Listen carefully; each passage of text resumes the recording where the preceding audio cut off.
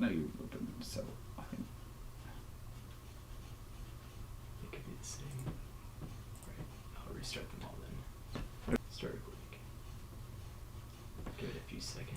hey, we might be live. There we go. Cool. It's a good sign. That looks a lot better. The real question is, hey, we are live. Wow. You have a headphone thing you can check? No headphones. Only active headphones. Wow. Hey. You have a headphone thing? Seems to be working decently. Sounds good enough.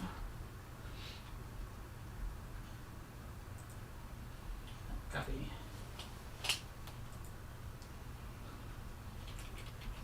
Hey, come hang out with us as we build RC.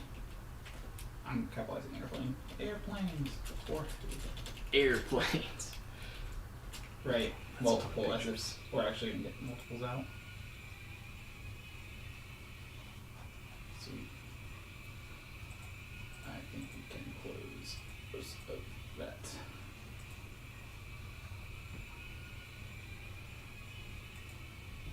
Perfecto. We're gonna shut that door real fast.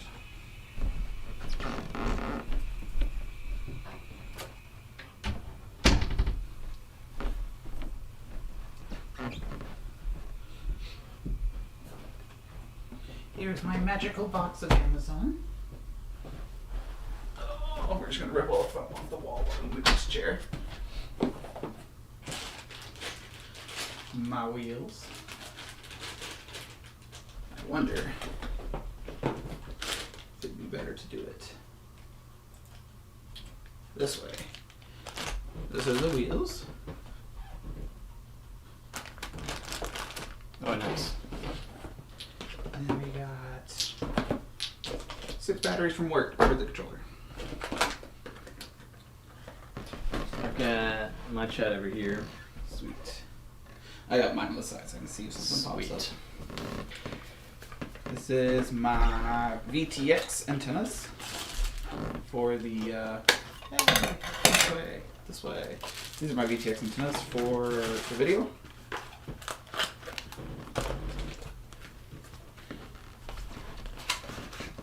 These are a bunch of DC motors, which are a lot smaller than I thought they would be. I actually saw a cool video on this that we might end up having to build something else for those. A bunch of really expensive metal rods. They're about 10 cents a piece.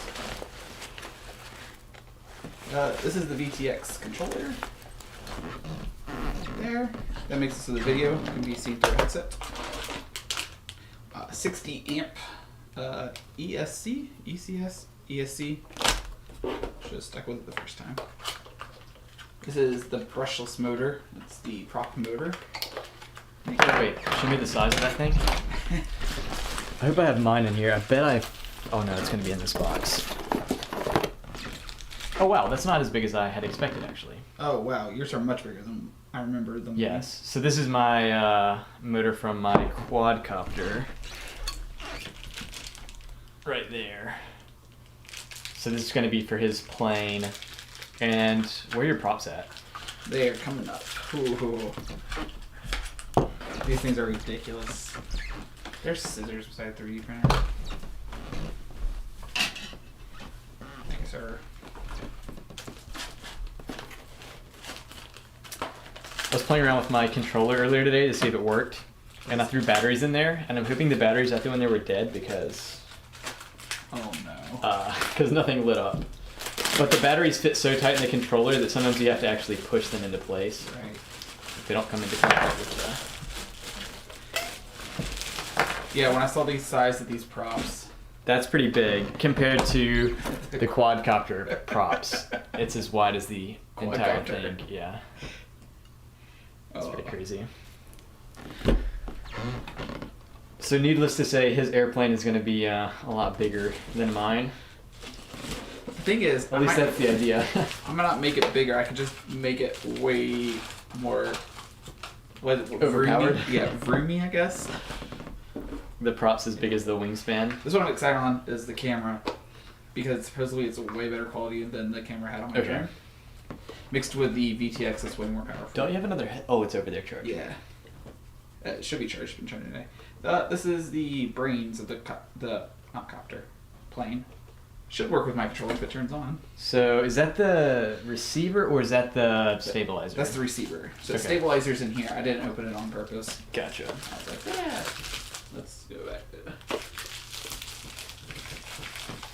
Yeah, so I'm hoping that these batteries were dead, but when I put them in the battery charger, it said they were good, so hopefully my controller's not dead. Did you buy the same receiver, this thingy that I did? Probably. But I do have some more batteries. So our goal tonight is really just to get the electronics set up and working. Super tiny. They're definitely not going to fly tonight because it's kind of dark outside. I mean, when I test my DC motor with a prop on it, it might fly. I'm pretty sure that's what it did when I did the drone too. Yeah, step one of testing your motors is make sure the prop is not on.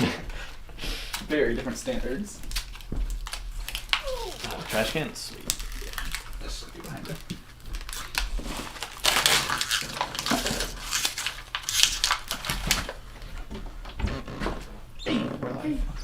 Can you come see why I don't have sound? Yeah.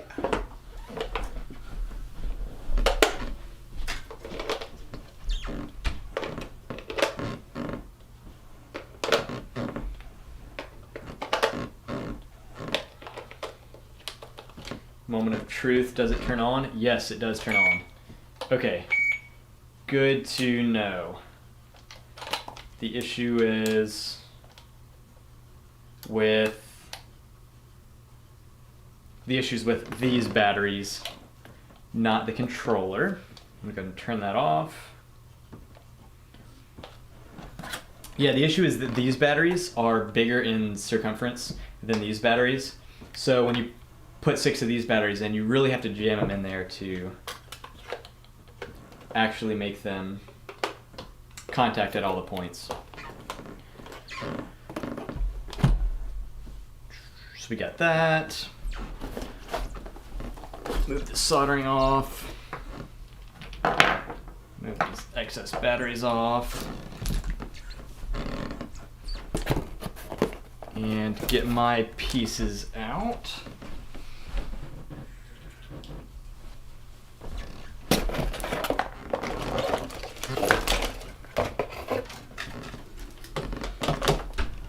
So it was just the batteries that were had an issue.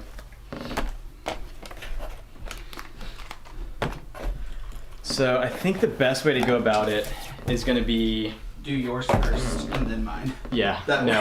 way. Is going to be that way if something's wrong, what's wrong with yours?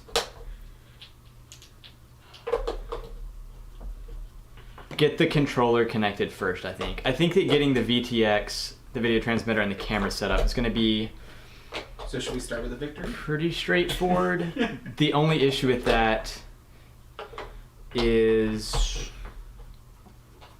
It works. Nice. I thought it beeped. There it goes. The only issue is that sometimes it can be confusing to see which cords go where on the VTX. Whereas I feel like it'll be a little bit more straightforward with the... My VTX looks like it's all plugs. I don't do any type of soldering. Yeah, that's what they always look like. Okay. Okay. Ouch. Alright, let's... I know from building the quad that it may look easy. Chances are it's going to be a little less easy than it looks.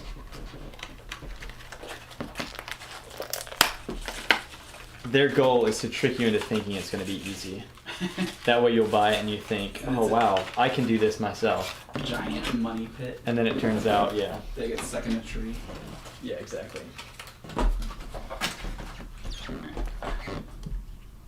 So video receiver. Here's my ESC. Where's your, oh wow, your ESC is a little bigger than mine. It was huge when I pulled it out. I didn't think it was going to be this big. It looks very similar to mine actually. 10 grand? Wow. What is it? I think I did the same thing you did. Not Mine's 30 amps. Yours Oh. is like 40 or 50, right? 60. 60? Wow, that's a lot bigger for double. Look at that. Classic. It feels like it's way bigger. Alright. I'm not sure whose batteries are whose, but it doesn't matter. I figure once they get flying, I'll probably end up just buying bigger ones. Yeah. Alright. So these three go to motor. This obviously goes to the battery. I heard the bop, but I thought I just bought something. And then this is going to go to the receiver.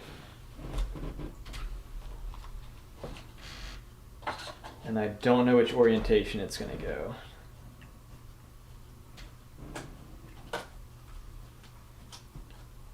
Positive, negative, data, maybe. So I'm going to guess it goes like that.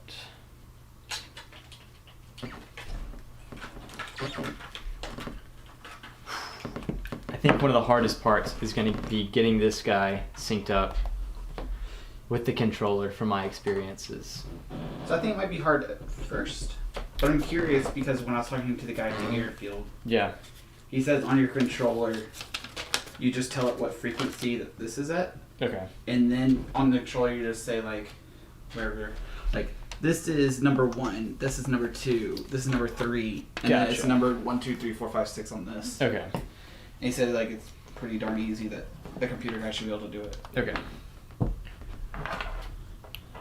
Okay, well, I see lights. That's a good sign. It's blinking. So let's read some instructions.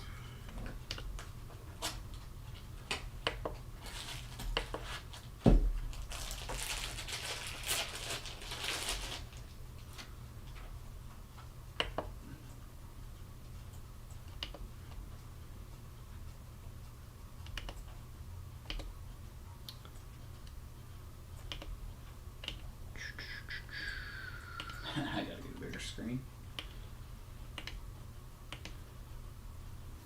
Alrighty, let's see if I can remember how to do this. Not there. Setup. That sounds like a good place to go.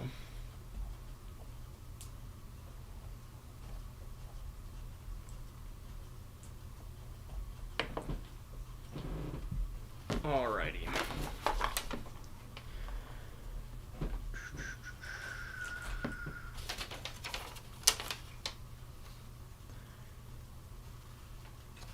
Binding. Follow the steps below to finish the binding procedure. Turn on the transmitter while holding the FPS button module.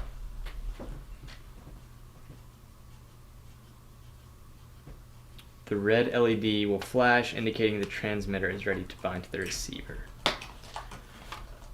So this is the transmitter and this is the receiver, but my red light is blinking over here.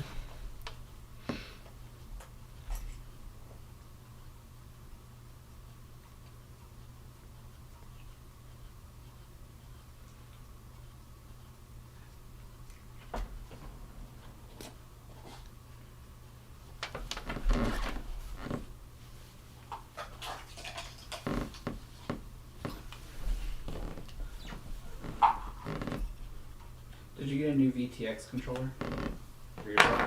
Are What do you mean? using your The video transmitter? Yeah. Yeah, I got a new one. So mine has a little heat sink that comes with it. Oh, bind. Okay. I forgot to bring Gotcha. thermal paste home. Nice. So I wanna if you need some, I'll make sure I bring enough. Okay. Alright, so I guess if I click bind, that would probably be a good call. I say that, but can you give me, let's see. Sarah? Oh, no. Let me click this button.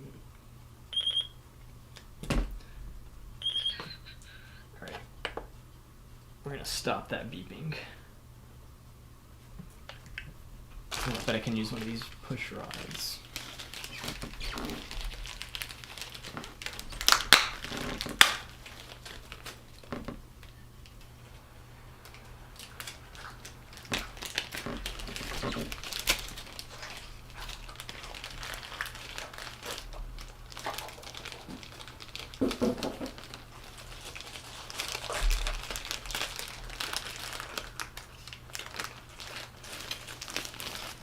And then we'll resort to Googling. Oh, we are not Googling it tonight. Oh, we're definitely Googling it tonight. Hey. Oh, blinked green for a second there. That means you won.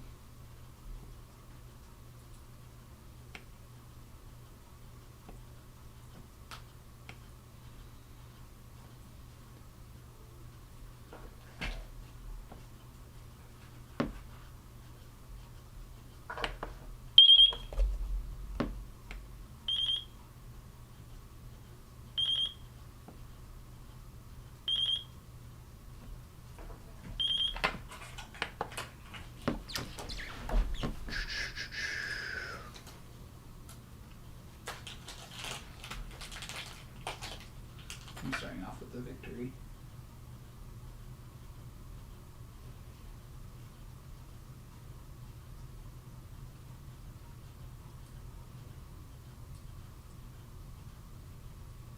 Dang. Alrighty, let's try that again. So how do you know that the power goes into 1? So on yours, it's like plugged into number 1 right there. Oh, I just plugged it in there. You know, And sure it it's not worked. like a servo in or something. The red light's like bad. I'm pretty sure it's alright. I think you can plug the power into any of them. It probably makes more sense to plug the power into 8, just so you have 1 through 7 free, but... Alright, so that is lit up. Then I can let go. Click bind. It's blinking red. I don't know if That's that's a good good. and solid under it. Yeah, that's weird.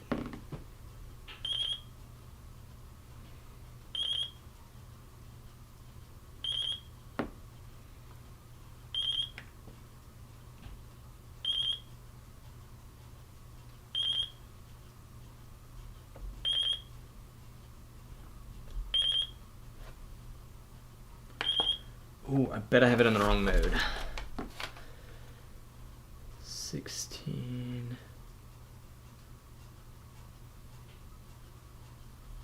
18. Okay. We're gonna hope that I had it in the incorrect mode there.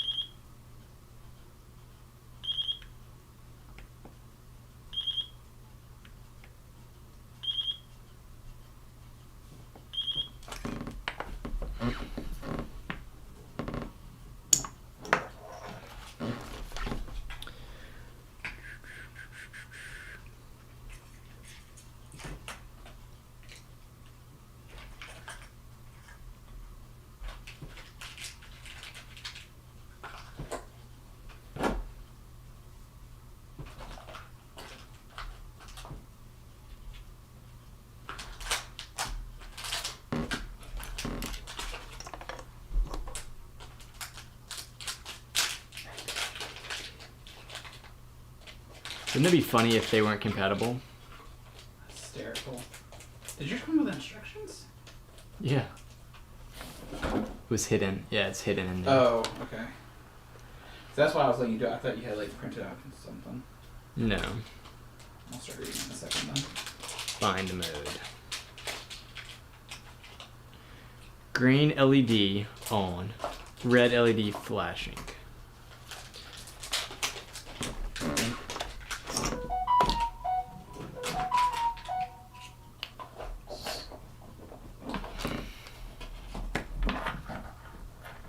Someone sent you a message.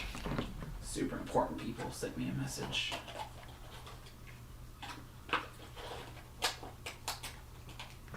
Alright. Let's see if those super important people Plug that in. Now let's see. Green is on.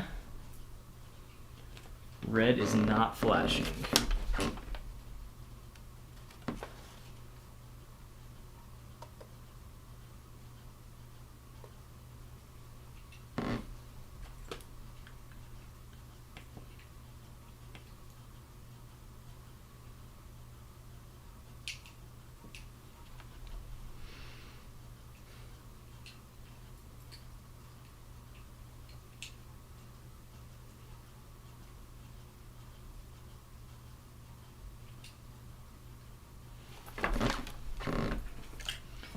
Alright, it's time for good old Google.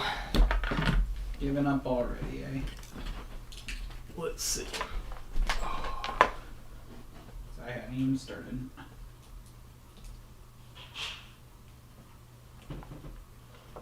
Alright. What's it called? It's called a Tyrannus Source tracks? X7 with X8R. Let's do this. We'll see if we can do it without YouTube because videos take longer.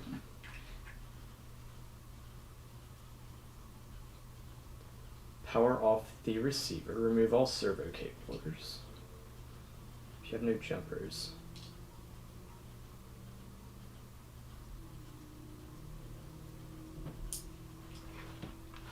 Oh, that's fun. We might need some jumpers here. Mine came with 2 jumpers. Did it really? Yeah. Sweet. Ain't that in the bag? What if I threw those away?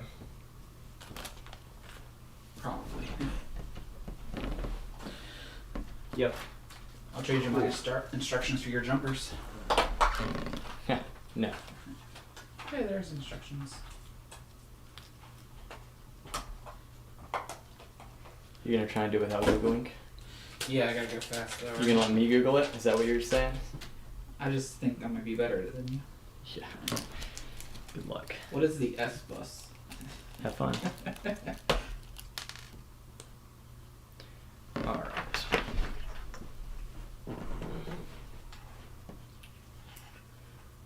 So, I'll unplug that.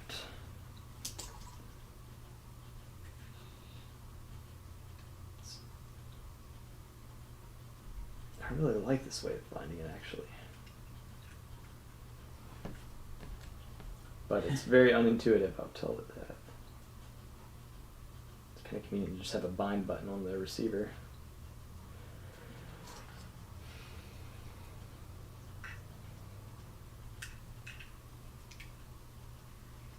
Data.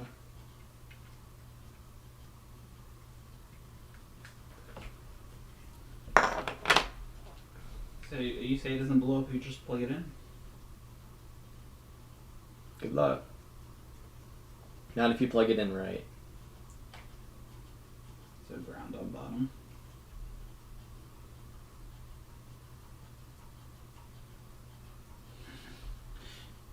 Hey guys, watch this. Last time we did that, I did that, the stream stopped. Alright. Oh, I got that flashy red light. Nice. That means it's not working. Really? Okay, and there's a few different modes. I should probably read through the modes.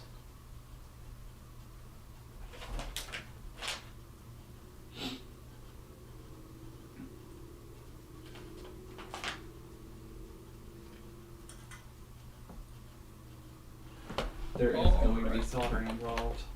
Yeah. There's always soldering involved.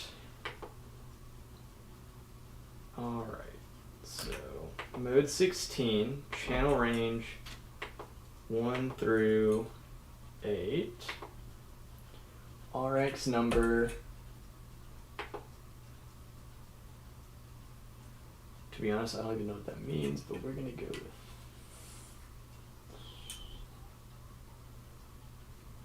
5. Oh, no jumpers though. So we'll go with 4.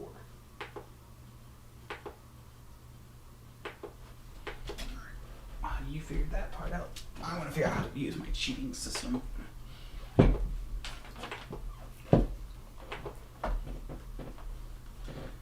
Oh, your 3D stabilizer. gyro.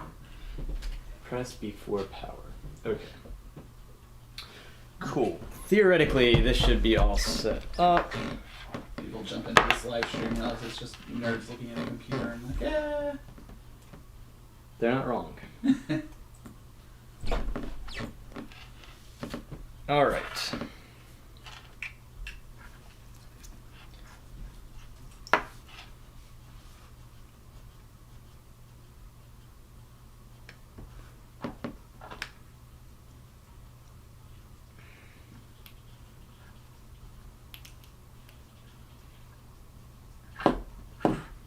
So we got that. But will it bind?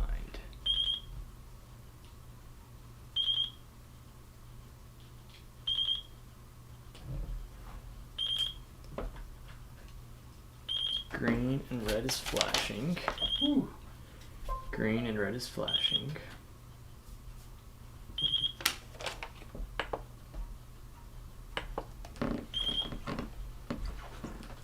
Yeah, that's great.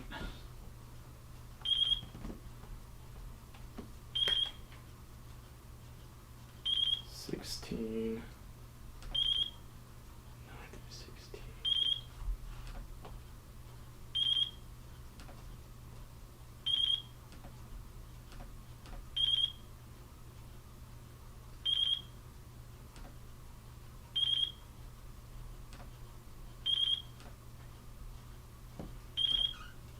Called B3 Super. All right.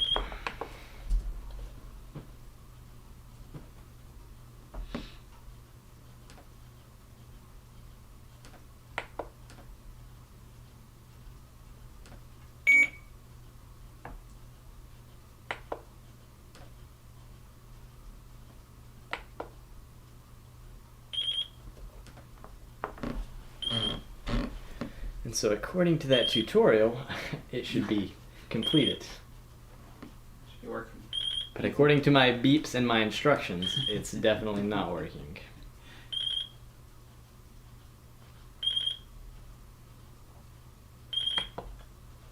Guess what one of the biggest selling points of this software was? Easy to pair. Easy to set up. For the A3 Super 3.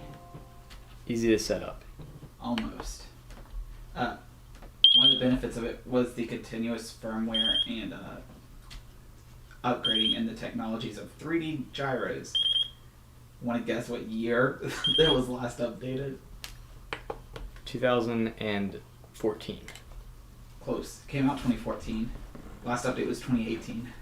They Well, support it for 4 years. They're like, I doubt physics will be changing. the physics have been perfected. Bind.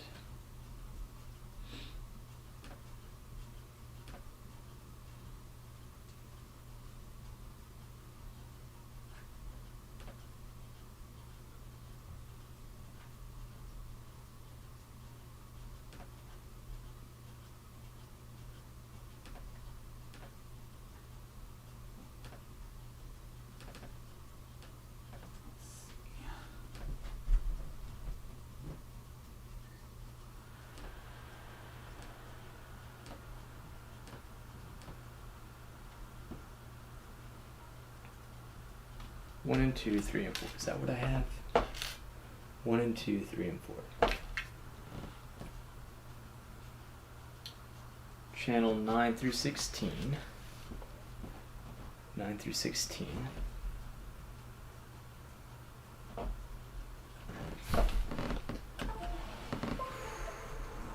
D16.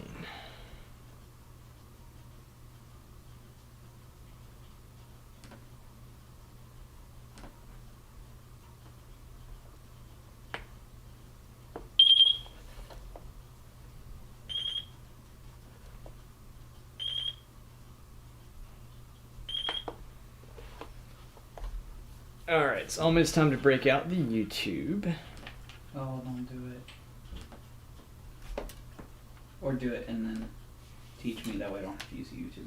Yeah. And I will teach you how to use the A3 Super. Come on.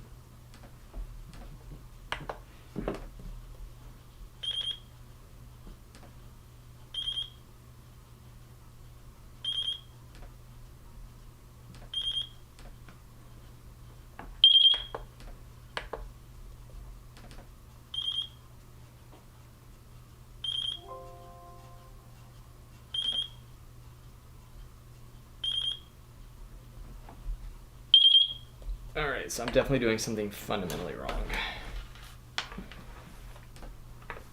And there's no telling what it is. First Google search being, is it compatible with the controller? No. So on the instructions it says controller compatibilities and ours is not listed. Really? Specifically. That would be unfortunate. So it says compatibility, the FR Skies, DFT, DJT, DHT, DHTU, and then the Teranis X90. But it never says X70 or XD7 or whatever it is. X7. I feel like It's one of those things where it's it like, should be compatible. yeah, right?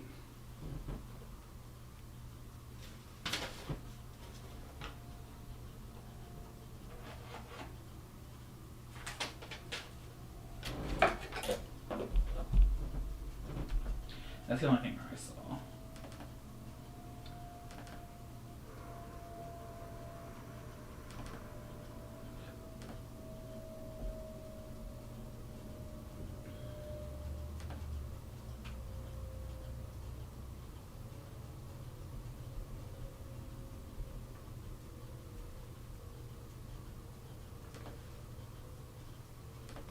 Alright. Falling back to the YouTube. I wanted to give you a quick example on how to bind the X8R to the Teranis X90 D16 mode.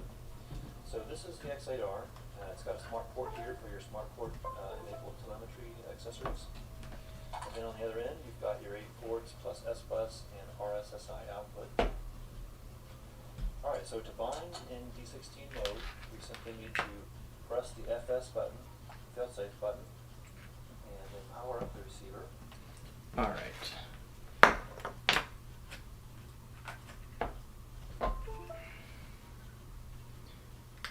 He's gonna show me how easy it is.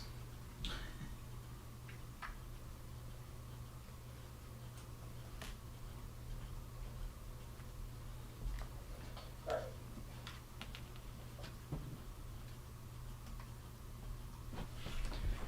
So, I simply, as he said,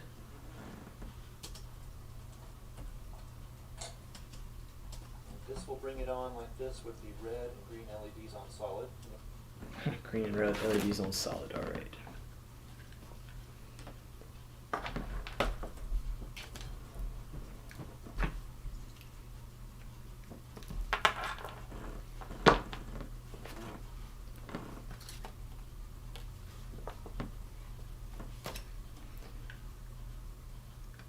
Alright, press down the button, slip it in, and yep, red and green are solid, Indicating that it's in bind mode. which is a good sign apparently. You simply power up the controls. Simply power on the controller. Welcome to Teranis.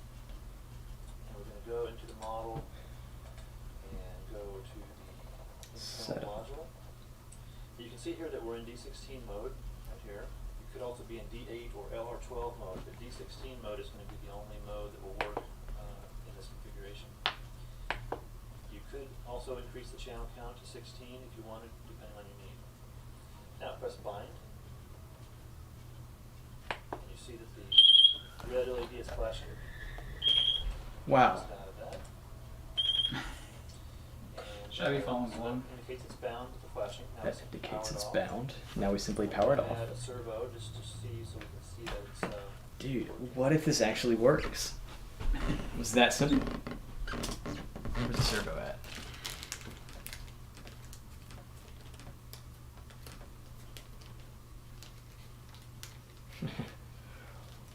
Well, on the bright side, the software is multilingual. Nice. It has both American English, that was the wrong way, English and Chinese mixed together. Okay. Alright, so I got a servo. Now, if I plug it back in,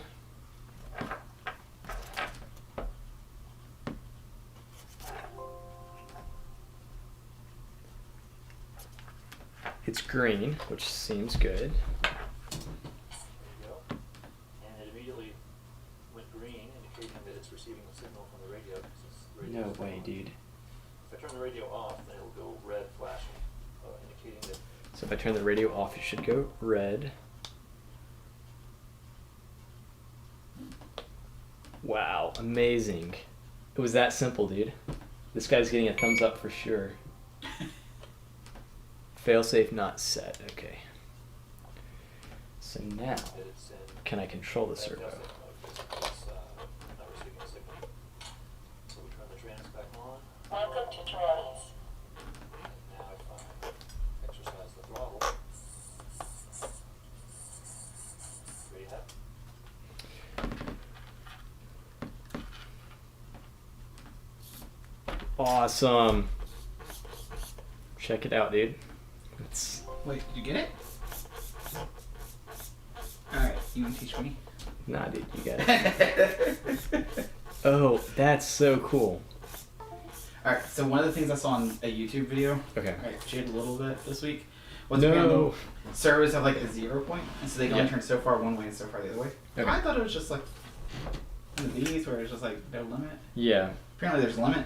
So this dude had like an Arduino device, and it would automatically spin it all the way one way, spin it all the way the other way, and then put it to 0 for you. Okay. So he's like, so now's the fun part where you just have to plug in all your servos. And he just plugs in and goes, and it was like, plug, unplug, to 0 out of all the servos. Okay. So apparently there is a 0. Okay. So like when you attach the metal rod and everything, you want it to be at 0. That way you can put your Gotcha. ailerons all the way up or I down. think it can actually turn all the way around. 'Cause but- this looks just like a horse. But when you attach One of those things. one of these things to the servo, I think that is a way to kind of set your 0 point, but I don't know. Okay. But yeah, it's definitely connected there. Sweet. Wow. Okay, so now on to setting up the VTX, That's wild. which I think setting up the VTX is. Can we require soldering? Oh, I could probably grab power from the S bus, maybe.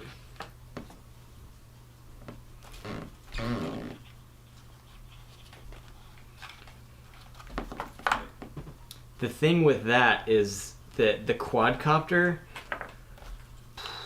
is kind of built for having a camera and a VTX and everything. This might require some more Finagling? ingenuity. Yeah. I wonder if this is the same camera I have. I think this is a different camera. Yeah, this is a cheaper camera. You didn't get a fancy one? No. Wow. Okay, that's pretty cool though.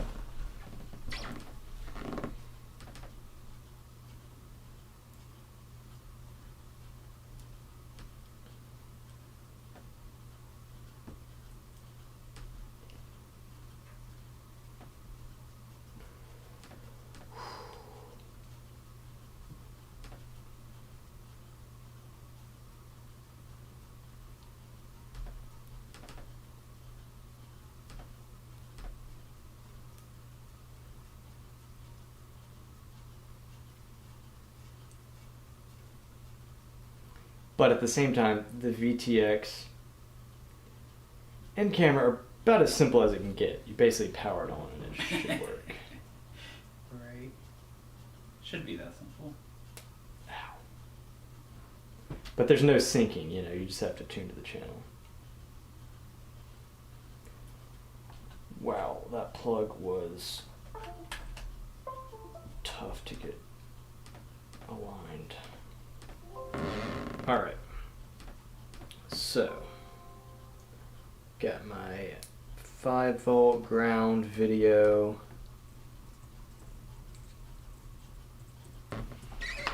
And then got my transmitter.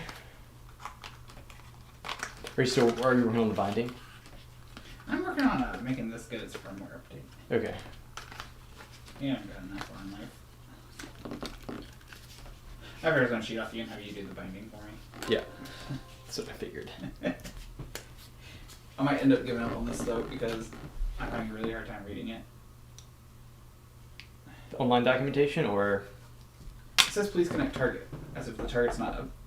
But then the one thing I saw says it needs to be like plugged into like the real power. Okay. So I might need to like do this in order. Gotcha. So we'll assume that this has to be done in order. Wow, this is strange. So you really did just plug it into like number 1 and they were like okay with that? Yeah. That's wild. You mean for the power? Yeah. Yeah, I ended up going with number 8 just because. I wonder if that's also because it's for the main throttle. Because it delivers power to this, but it also sends it back to the... I think they're all the same. I don't think it matters where the 5 volts goes in. Yeah, but then I'm saying that's why you plug it into one of the main things. It's because then there's the data line that goes... Oh, back. yeah. So like the 5 volts come in, but then there's you plug in just one of them. Yeah. Okie dokie. Let's see. Alright, so did you end up using jumpers? No. No complaints, okay.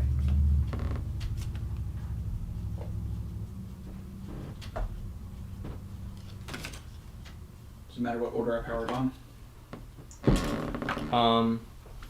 So when you power on this, you want to be pressing down that button. You see the button? Yeah. And then plug it in. Oh, sweet. And it should light up both LEDs and then you can release. Cool. Turn this on? Yep. And then for that you can, I would create a new model or you can keep the same model, it doesn't matter. Alright, so You can just page over. Actually you might have to click that knob to go into the, click it. Or exit maybe, try exit. Or that, yeah, there you go. Now page. Or click a new model, it doesn't matter. Create model. Loading model. Page. Yeah, and then you go to the setup page.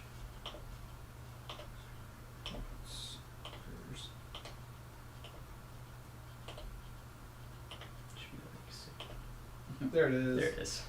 Alright. And then scroll down to where it says like internal RF. Wow.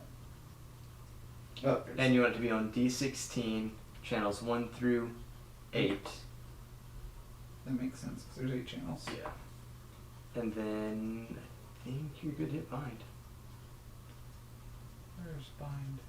Is that a real button? Or Up, left. Left, left. Left, left. Left, left. Just like. Oh. Huh. Wow. And then unplug that guy. And grab a, Servo? yeah. Oh, and you can click exit on the controller.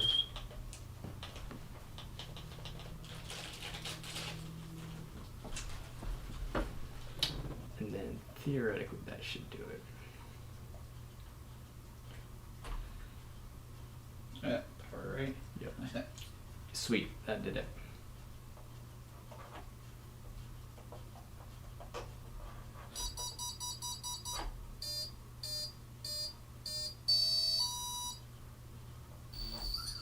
Oh! Holy cow. Okay, so then. Oh, because it's in one. Yeah, you're right. That must be data for this guy because you plugged it into one. Yeah. Wow. I don't know if I can hold this without pinching myself. Holy, there's not like a sliding. Like, see, it's a little bit, bit. I'm afraid I'm gonna hit my screen. Well, okay. Alright, so that's really good to know, actually. So that is how... So then we gotta sit here and do each one. So, like, 3 was up and down on the right stick for me. Okay. But then I think, like, in the instructions somewhere for the controller, it says, like, this is 1 by default, this is 2 by default, 3 by default. Gotcha. But then I think you can rebind them. Okay, cool. So now I can go... Well, Left it is a and lot right. easier when you do all the research. Okay, cool. So that's good. So now the VTX is more of a thing that we've just got to figure out. And then as far as the servos go, I mean, everything's connected. We might have to rebind some stuff in terms of channel 1, channel 2, channel 3, all that Right. stuff. But I'll also have to solder my motor on because my motor doesn't have the fancy plugs like yours.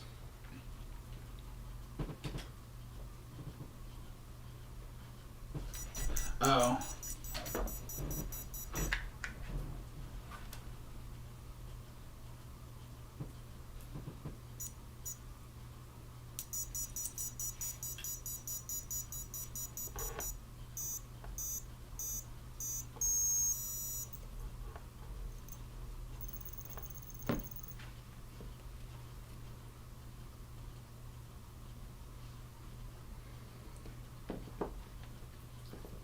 Okay, cool. So now for the VTX.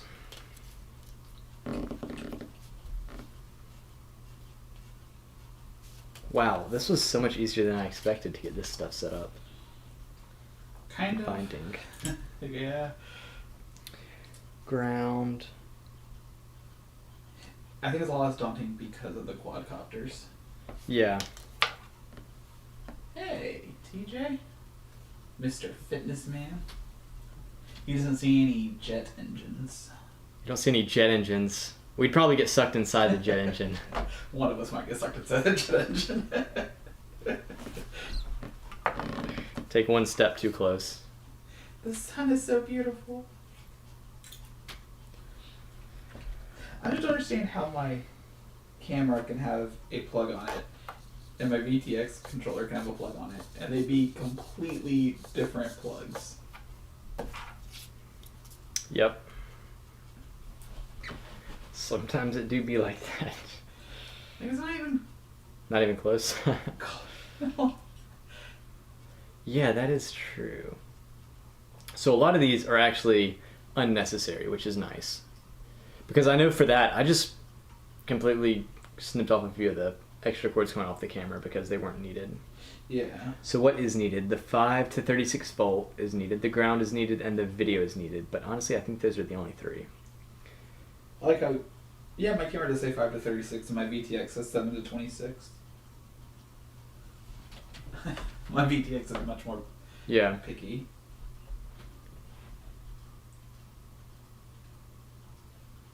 Video, ground, 5 volt. So my 5 volt says 5 volt cam. That's what mine says.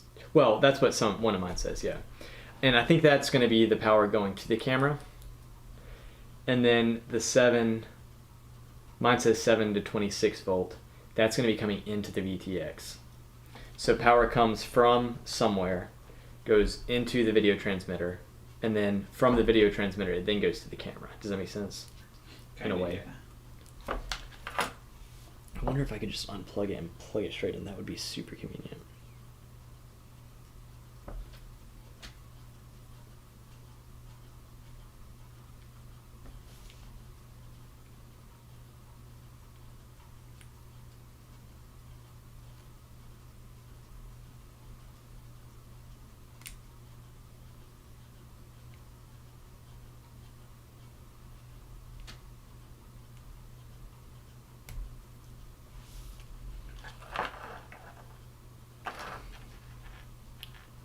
Those are pretty similar.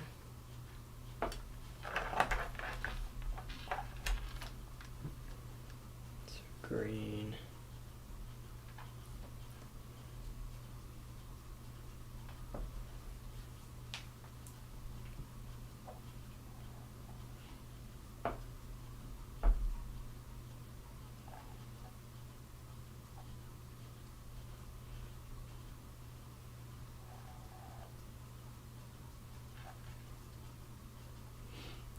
I was hoping it would just plug straight in, but yeah, they don't seem like they're gonna line up.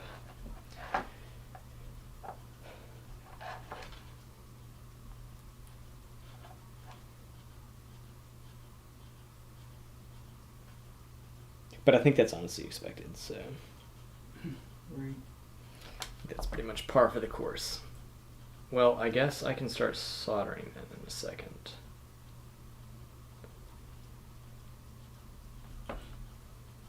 I don't even know what the point of this plug is. Yeah, me neither. All right, let me. Out of box. Cool. And you can crush that FedEx box if you want to use that too. It takes what's out of it off camera. Can I just rip a flap off? Yeah.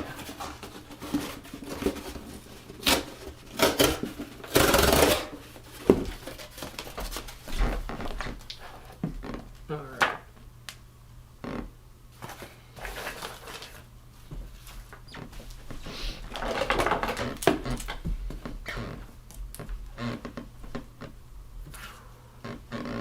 Look at the VTX wiring diagram. A VTX diagram? What? VTX wiring diagram? Yeah.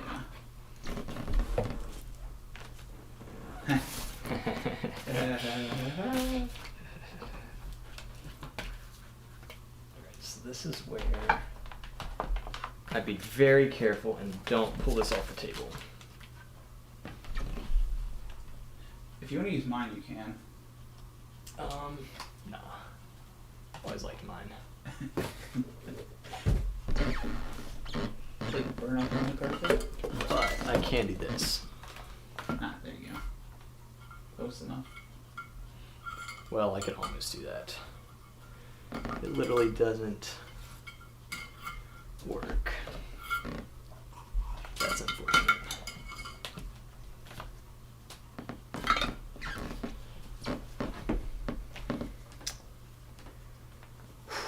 Okay, so what can I get rid of? I can cut these off.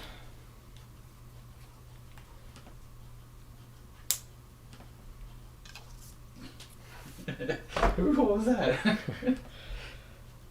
All I'm saying is, So most of them, like, there's only 3 wires going to the camera.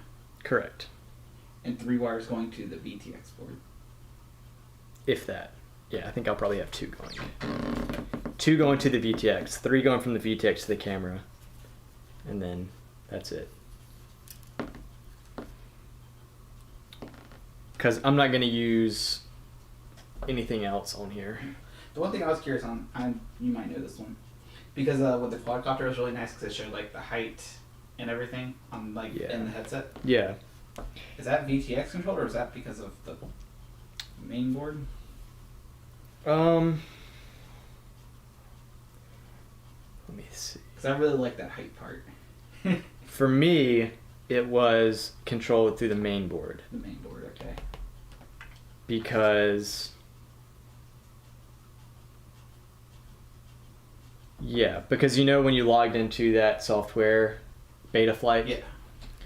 and you could Oh, change where yeah, everything you could was. change all that. Yes. Now there are some things that were in the camera, like I think the voltage, and there was a name you could like choose your name on the camera, Okay. but everything else was controlled through the Betaflight. Because I was thinking about that today. I was like, I might need an add-on something. Yeah. So I can get all that extra stuff. I have another Yeah. driver in there, another main brain. Yeah. Just for altitude. So yellow is going to be video, and over here Yellow is also going to be video. That's good.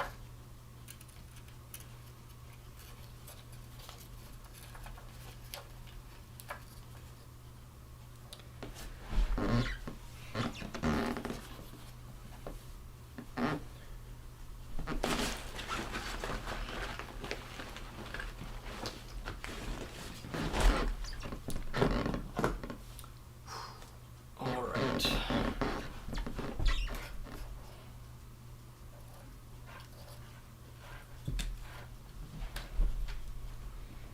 Are we getting hot yet? You ever turn on the from above cam? Yeah, Watch me burn myself. of course. Oh, we can adjust it a little bit. Let's see. Just don't let it fall. Alright. I hope they get motion sick.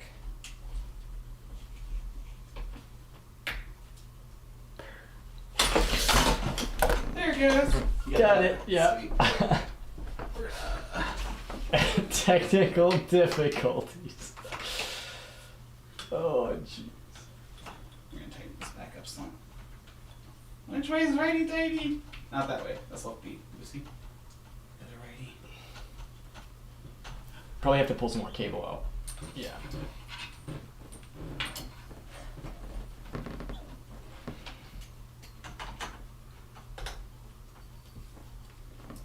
Don't let me hit the fan. Take out my DSLR. We're gonna loosen this up more. There we go. Cool. Hey. Why is everything backwards?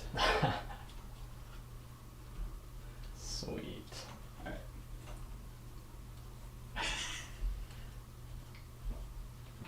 Other right. Look at that, we got a couple more inches. That's good enough. Ish. After that close call, yeah. Oh wait, it's just screwed straight into the bottom of the camera. Yeah, right. Alright, so what we got here. I got my upside down soldering iron here. It's getting heated up. So if you go ahead and I say that. Well, I'm not gonna touch it because that's a bad idea. Done that before. Can it melt the thin solder?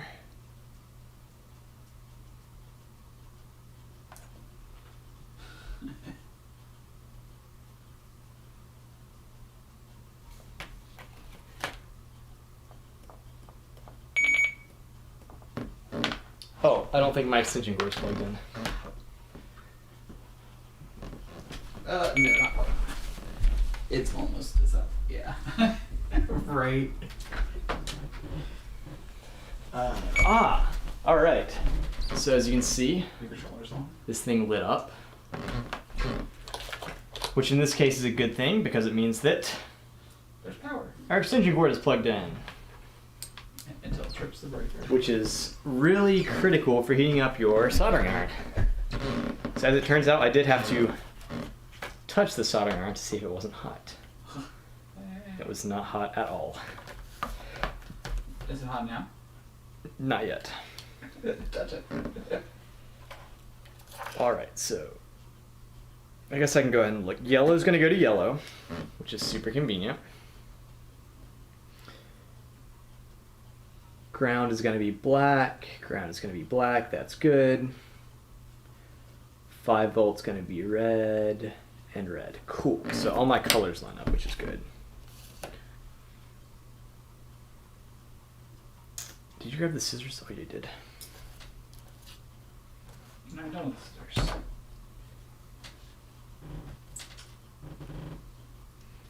Not hot enough to melt yet. But I can go ahead and get these wires ready. That one's good. Alright, I got my yellow, black, and reds connected to my camera. Really, that worked? Yeah, 'cause my camera has a 4 plug and my VTX has a 3 plug. Okay. And so I cut off the side of my plug. Nice. It's a 4 into the Okay, that's actually a really good way to do it. I should have done that, but unfortunately I already cut that part off. You just like soldering. I do just like soldering, actually. Do you have electrical tape? I do. I also have heat shrinks. No. They're in that box. Electrical tape's the way to go. It's cheaper for when I mess up. Alright, let's see how warm this soldering iron is. I actually bought the electrical tape. Oh, yeah. Shrink wrap I got. Alright, so let's start with the yellow wires because I've been looking at them for far too long.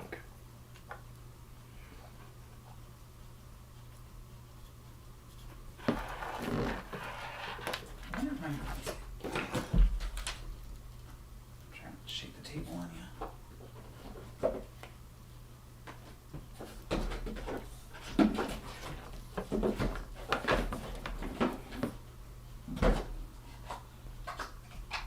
Okay, I should have gone the other way, but that's fine. Yeah, we've been live for almost an hour and a half. Wow, and we've accomplished one thing. Very important thing. Yeah, true. Oh, I need your helping hand. Yeah, here we go. So, that guy. Hold that guy.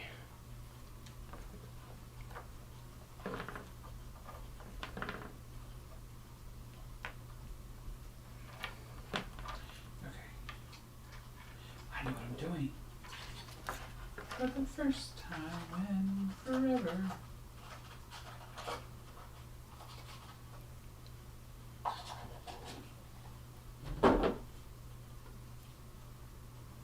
Well, that's about to be warm. I got a second one of those things if you want to have both of them clipped on. That sounds like overkill. That sounds like it might be safer. Alright, so I've got two done. Wow. I'm literally just soldering wires together. These aren't small contacts or anything. Small wires. They're moderately sized wires. They're pretty small.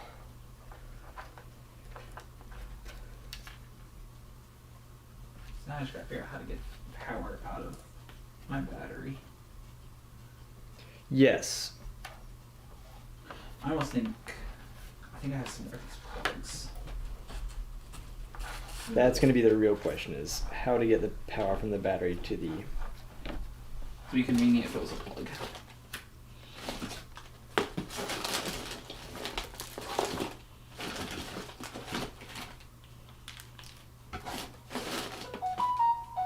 I mean, I got some more heat shrink in here. How much heat shrink do you have? I have a ton of it apparently. You didn't offer any to me? Rude. Come on. Oh, I unconnected it. Probably shouldn't be breathing that stuff in.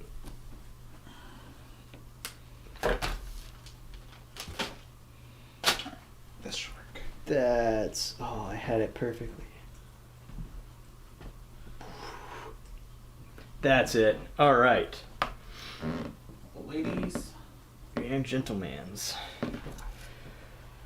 Red's connected to red, black's connected to black, yellow's connected to yellow. Now for the power. And honestly, for the power, I could just try and connect it to something else in the meantime to get it to light up. You have the same thing. I'm thinking about cutting that tip off because there's nowhere to plug it in. The Yeah, SC. yeah. And then I have these, which is just like male, female. So I might just put that with that, and then shove this down into these. And Yeah. through the wires. True. Except, That way I have. yeah, true, that would work. So that when you drop the battery into the plane, Yeah. you have two plugs. The other thing I'm thinking about is one with this S-bus is. I wonder if that's just a 5-volt out and a ground. Or We need like 7. what that is. What? What? Where is it? There it is. Or that smart port. S bus port channels 1 through 16. Oh, I bet I know what that is. I bet that's if you're using 2 in conjunction with each other. You probably connect them there. That makes sense. Okay, but anyway, to test the VTX, I think I'm good with just snipping that off and plugging it directly into the battery. Because the battery is 14 volts, which is within the 26 volts of this guy.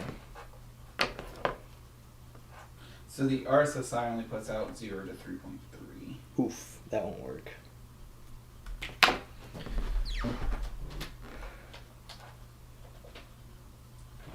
Alright, hopefully I connect these the correct orientation. Sweet. Yeah, that's gonna work. So I really like what you suggested about just plugging them in here.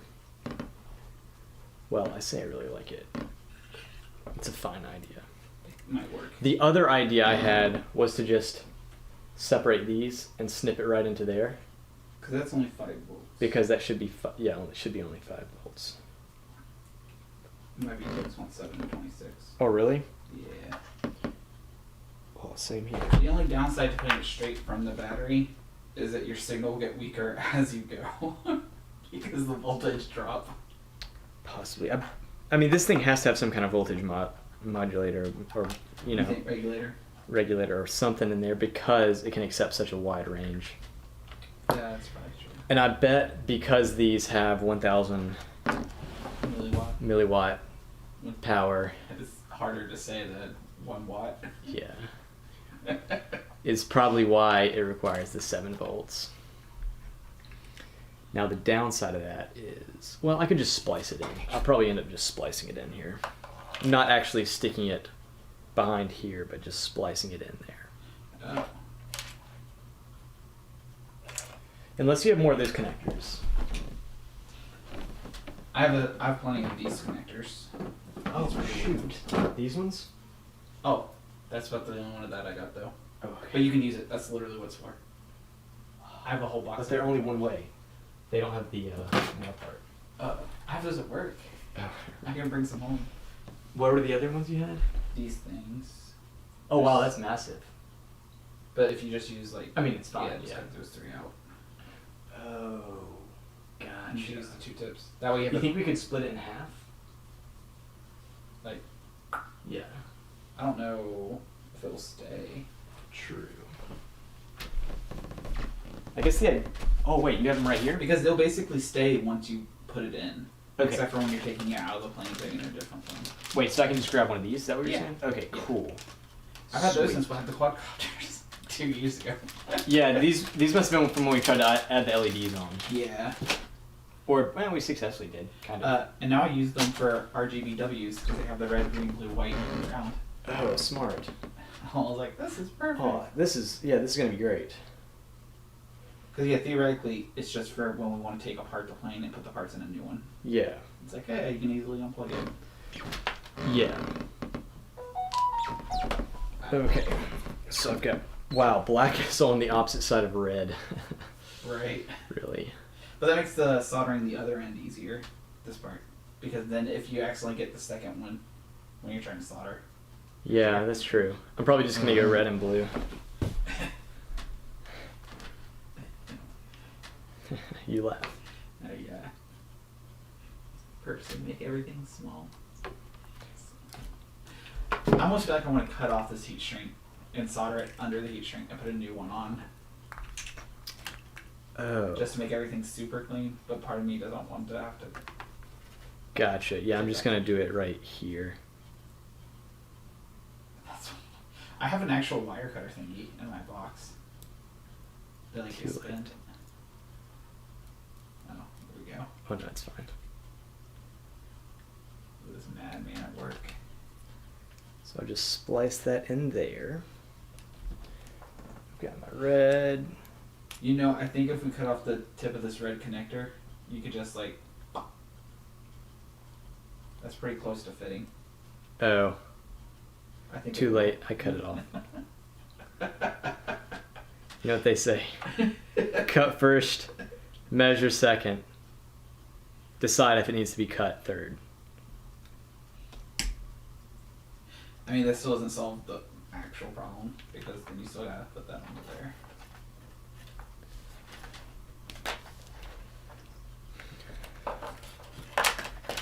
All right, so do you need scissors? I'm thinking how I want to do it. Am I really gonna use red and blue? Yeah. Red, definitely gonna use red for hot, but not that it matters. It's like 12 volts, 14 volts. 20. A survivable volts. At 4,000 amps. At, Battery drains instant. yeah. All right. Red on red. Wow, that's rather warm.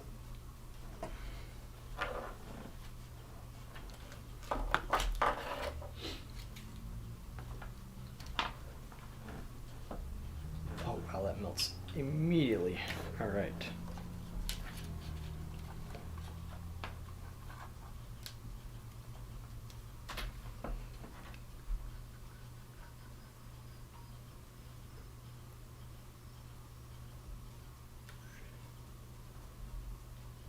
Watch that be perfect. Oh my goodness.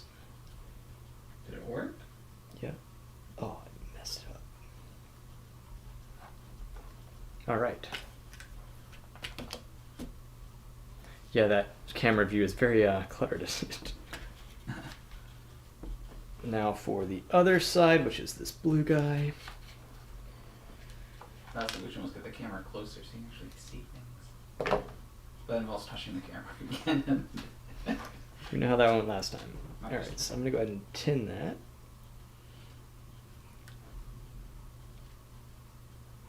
Do you have any flux? Yeah. I'm just kidding. I don't use flux. I'll leave that to the pros like Lewis. He uses liquid flux though. Oh, is that? Yeah. Because I tried using your flux once and it was horrible. Mine's a solid until you get it hot. When I get it hot, it burns me. Oh, sweet. Oh, not sweet. Come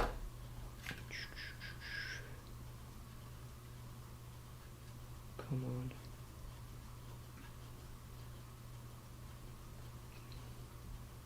That's it. All right, ladies and gentlemen. Halfway done. So close, yet so far. All right, so that goes like that, which means that blue is here. So blue's gonna go, well, black's gonna go there. Make sure, because that would really be a bummer to solder it on and it's wrong. And I'm sure I've done that before. Everyone has a thing. That'd be bad. That's...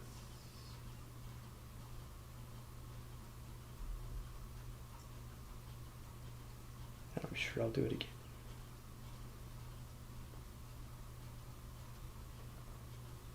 But not tonight.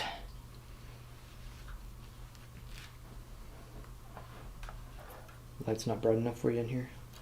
No, not even close. Comparison how bright my room is when we stream every Monday. It's like super dark in here. Oh man, I'm about to burn some stuff right here. Alright, I know what I'm gonna do.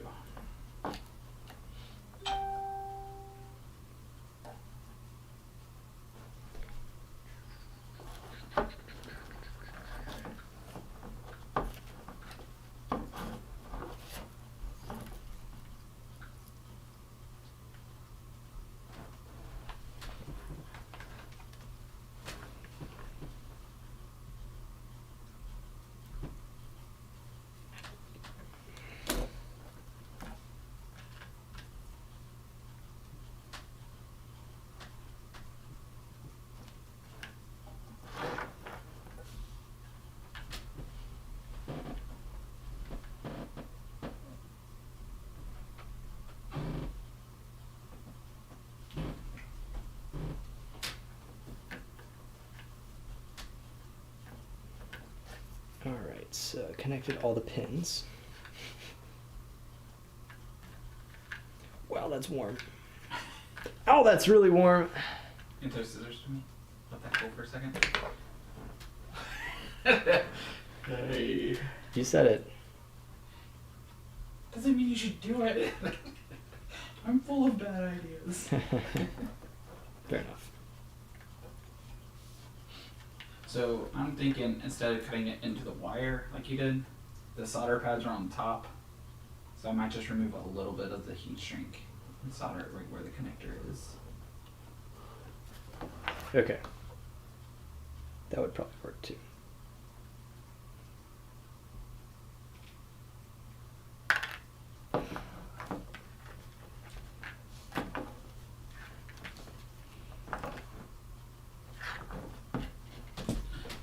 Got the X-Acto knife.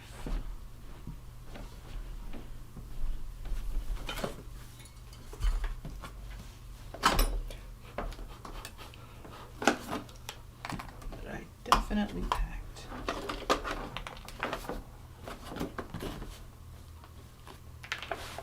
Oh my goodness.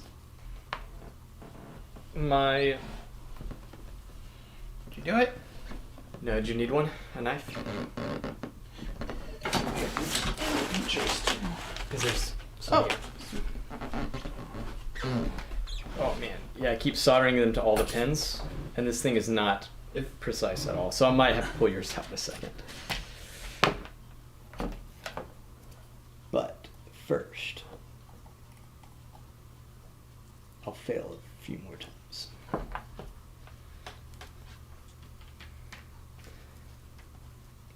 You missed some great phasmophobia last night. We're at prison. Yeah, and then we played a lot of houses because it was just Anthony. Yeah, yeah.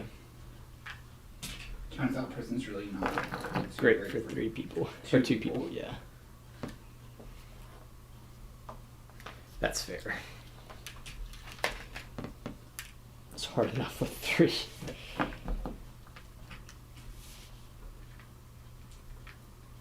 Y'all didn't play with randos? So I did before Gotcha. he came in, and then he joined, and so we made a private room. Yeah. One of my favorite rounds with the randoms though was they were trying to get all the objectives, but the Okay. ghost was not cooperating, Gotcha. and we ran out of sanity pills, Okay. and it would not stop hunting. It was literally the every 30-second 40. Was that prison? A farmhouse. Okay. Bleedsdale. Gotcha. That's the one where like the bathroom and 2 bedrooms are next to each other on the bottom floor.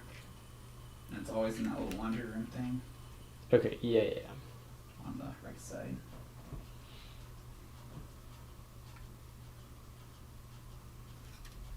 Dang, man. But this is gonna be easy. It's easier to just solder them to a pad instead of these pins. Oh, might have got it.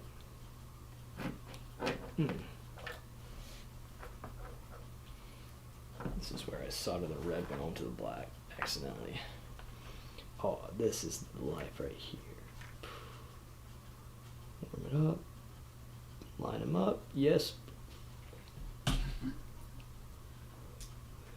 Sweet. All right, now to get the red one on there with the black one in the way.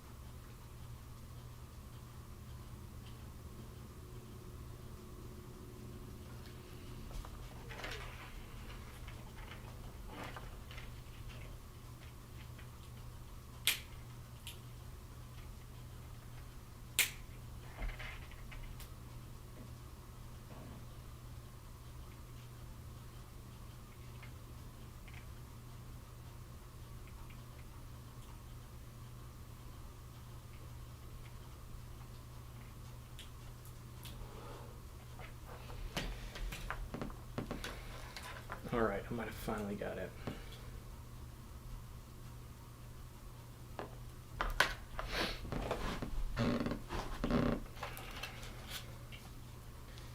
All right, so get that out of the way, get that out of the way, get that out of the way.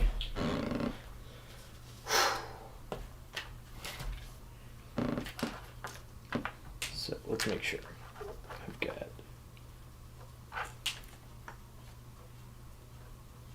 ground goes to blue, blue goes to ground, red goes to red, goes to red. All right, let's go.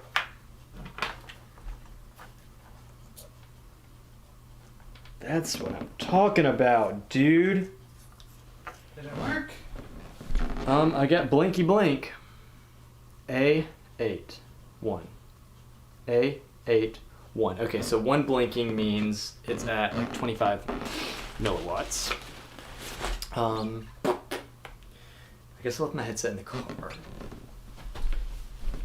Oh shoot, actually I need to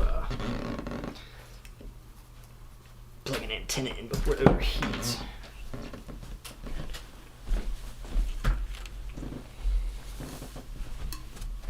I really should not take this antenna off of this guy, because it's never gonna get back on.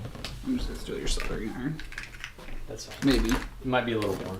The thing's huge. It's not precise. Oh, here's mine. Headset.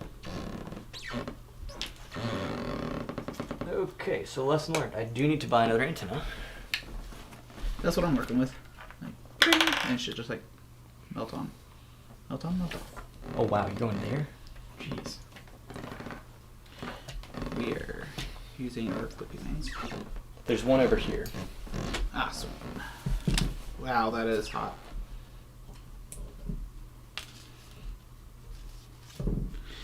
That makes me so nervous.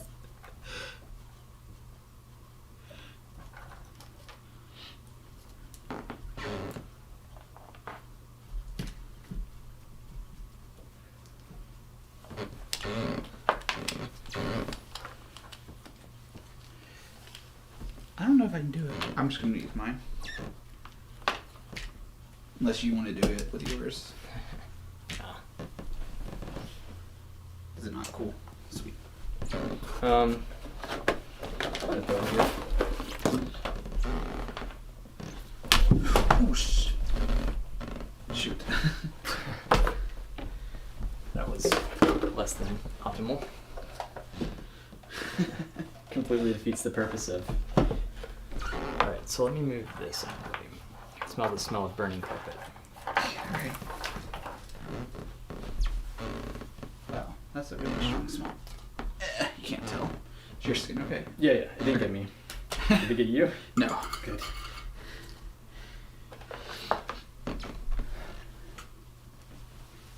Well, I guess I can get this. No.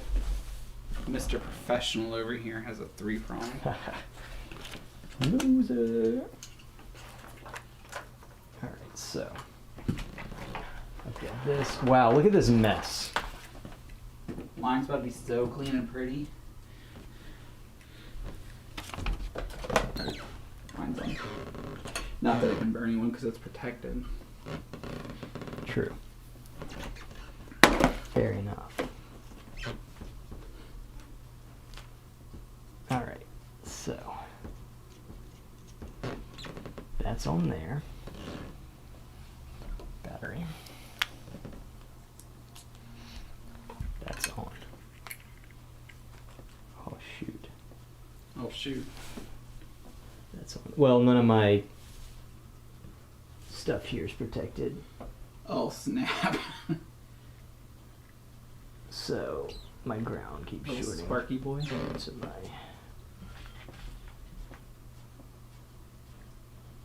that should do it. 1 A8. Alright, where's your headset at?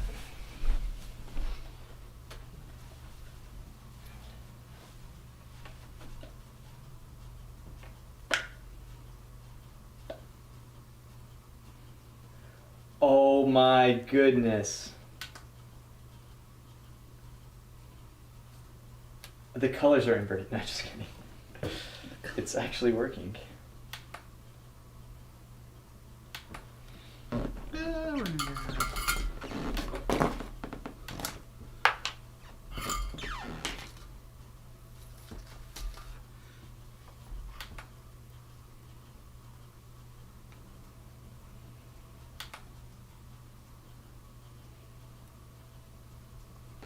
Unbelievable. It's actually working.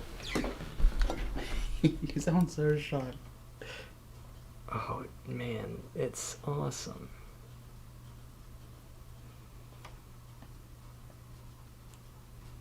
It's really hot. Voltage, nothing. All right, good to know. Wow, I can look at you.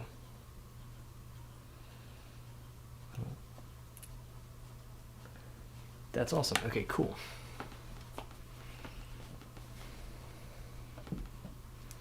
Wow, so the electronics for mine are actually complete. No, they're not. Still need to attach my motor.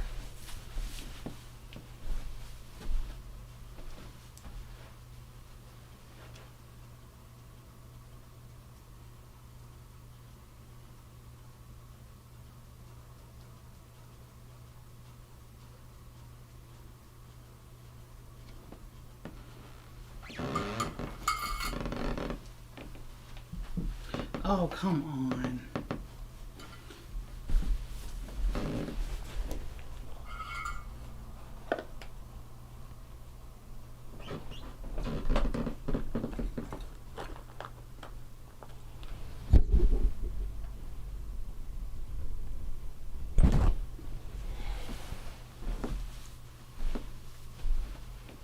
Soldering sucks. Soldering on camera is only worse.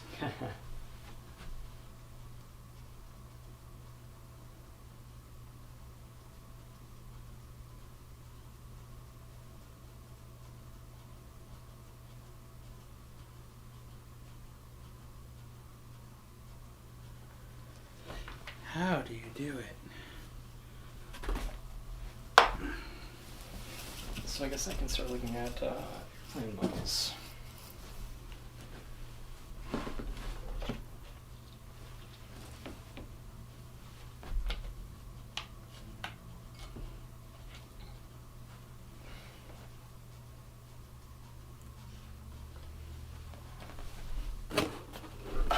Actually, I'm probably just gonna start cutting some of this stuff up.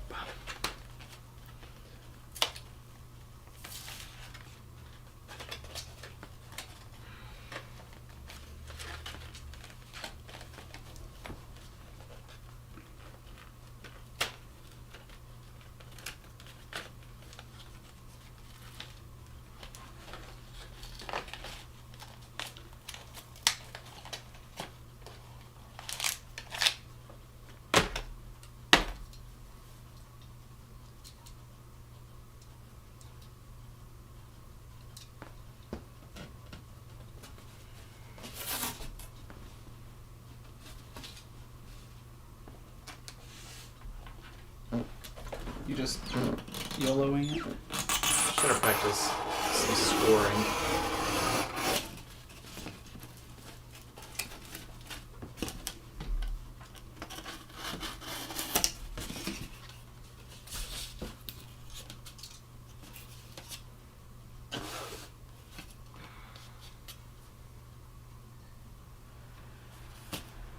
I'm gonna need a straight edge.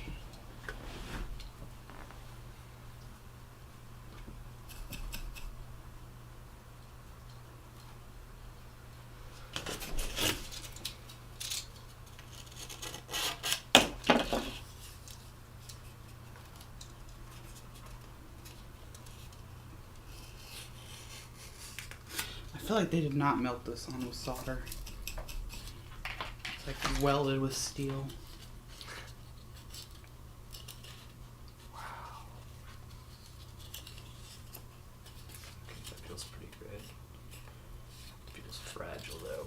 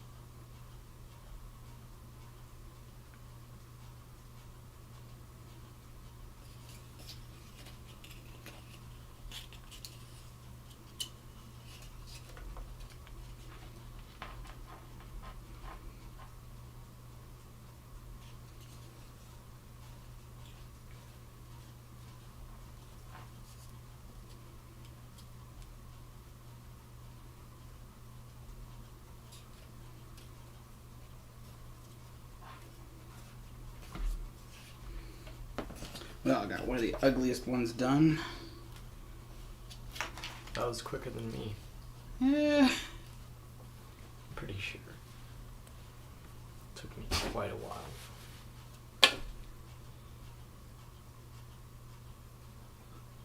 I was worried that there's too much solder down in there and it just shorted a bunch of stuff out.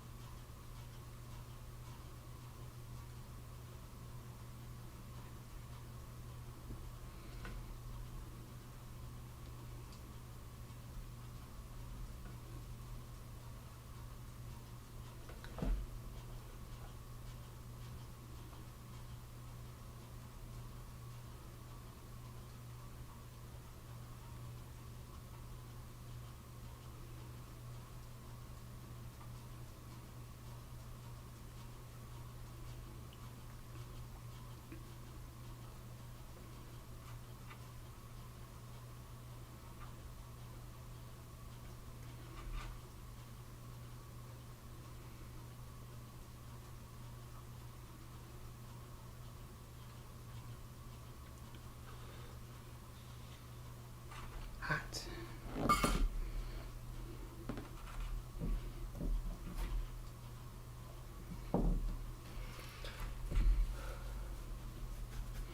You got a design you like?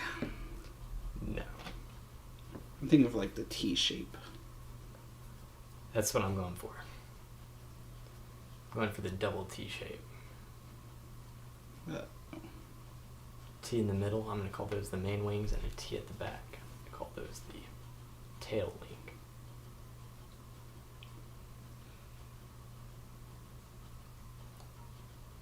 And just cross the fingers and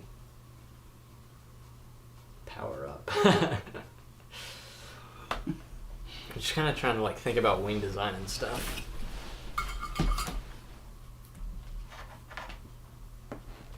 Okay.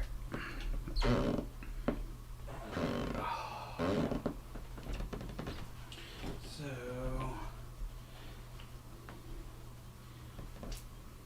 Is that your camera? it's my camera. Did you get a new antenna? I ended up buying the same antenna that I had before, so I have extra channel. Nice. Alright.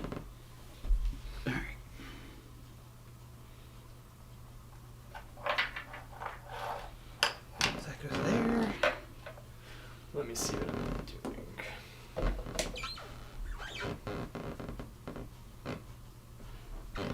All batteries. Please don't spark. Yay, no spark. No VTX power.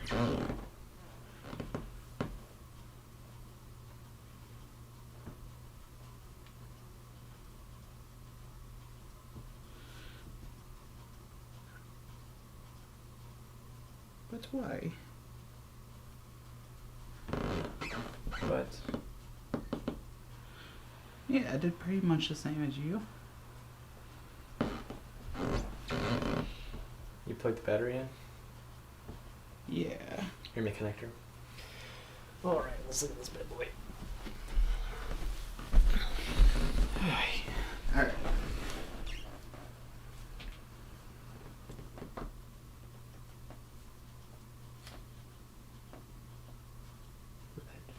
Red.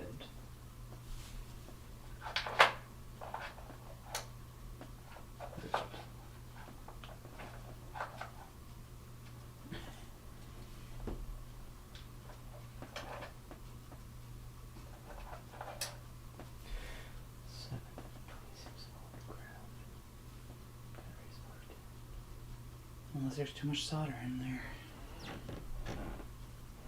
I would have figured it would have like made a pop and smoke. I don't know why they would make a difference. Shouldn't there? So is this thing turned on? Yeah, it's turned Oh, okay. on. What? Ow. So my controller turns on, but not my VTX. Yeah. Maybe these don't connect correctly. Oh. Oh, they feel like they're pretty good. Right, it's like how much farther can they go?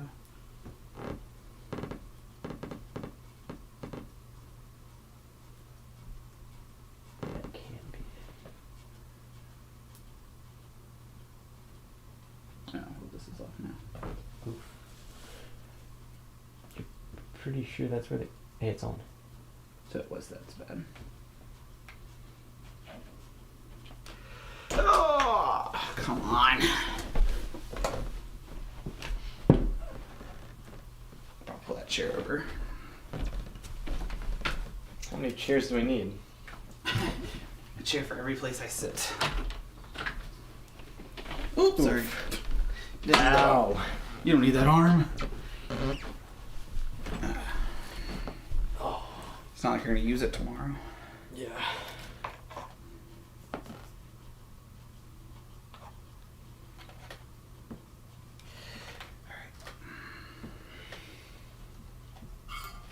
More solder, he said. RC Aircraft Aerodynamics Explained.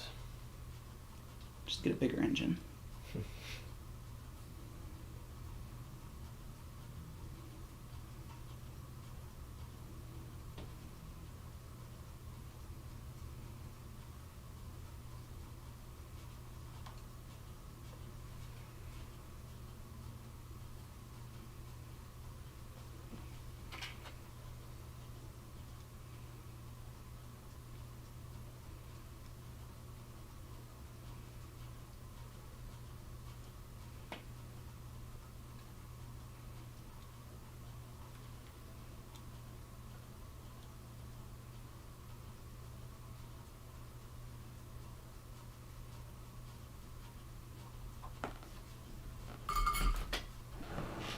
Yep.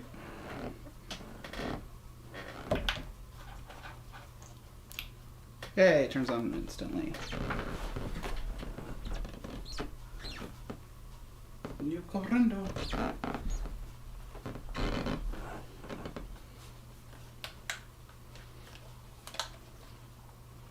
Yee, Sheen. What are we? A1. Hey, it kind of works. It's on the wrong channel, too.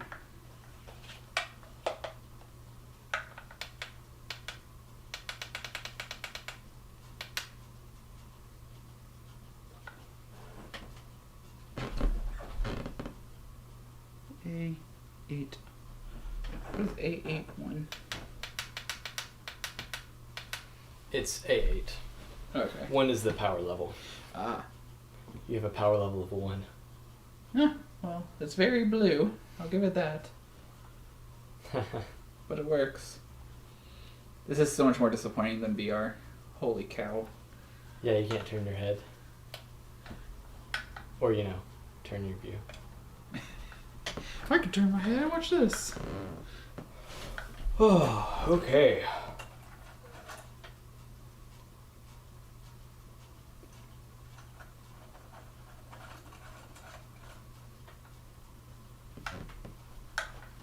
Cool.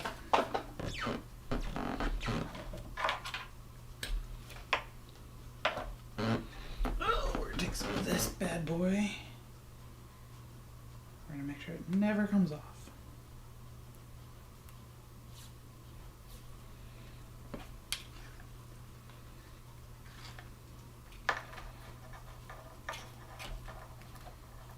Oh, that's fantastic.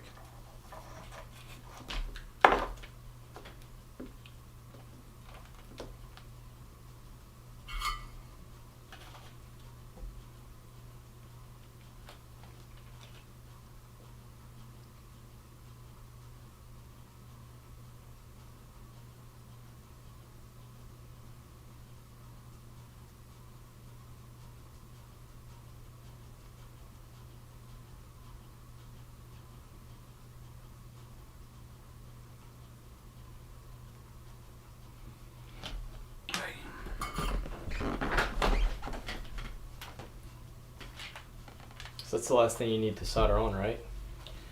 Unless I need servo extensions. True. I'm not gonna count those. I think you'll just do those for me.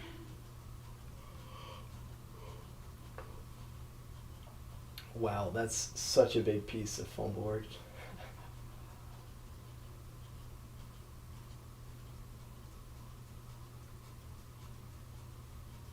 Wonder how small I can make my plane. Probably very small. Just thinking about the motor size and all that.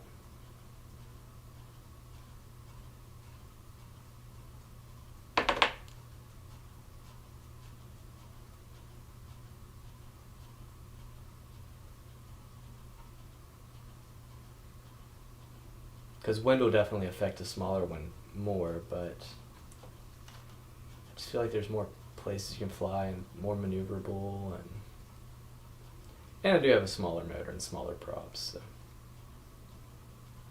So one thing I was curious on is if it's actually size related, which I mean I'm sure some of it is, but if it's more of a body to weight ratio, body or weight to size ratio.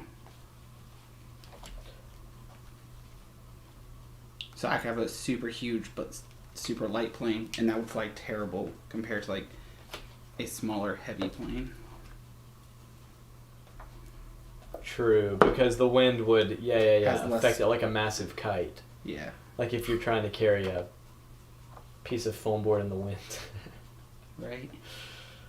versus carrying a brick in the wind. Same weight, but the wind definitely affects the foam board more.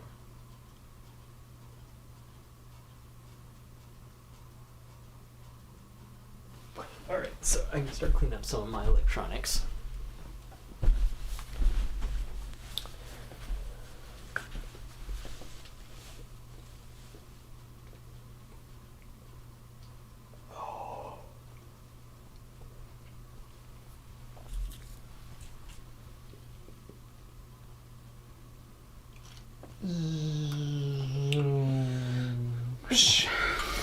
Burned.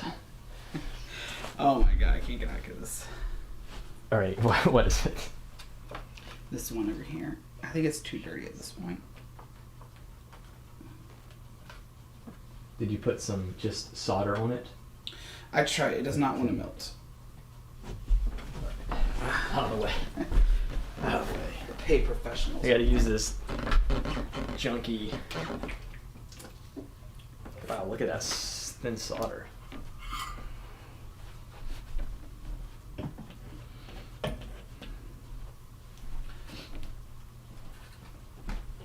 And like where the bend is on the tip is better than the tip. I do what now? Oh, here you mean? Probably. But yeah, where it's actually bent. Yeah. On the iron, right? Yeah.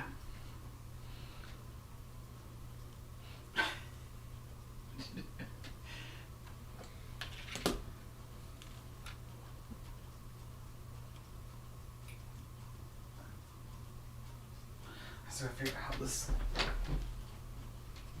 pro like boy thing works. The what? This 3D Oh. accelerator, not a 3D gyro.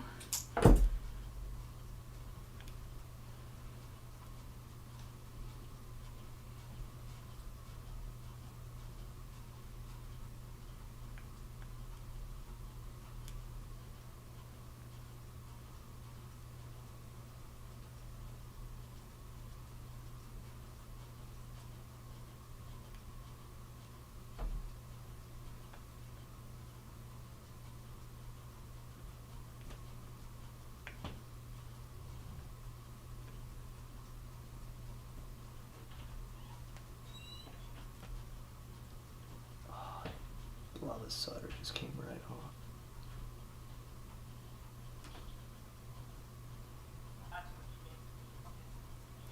Wow.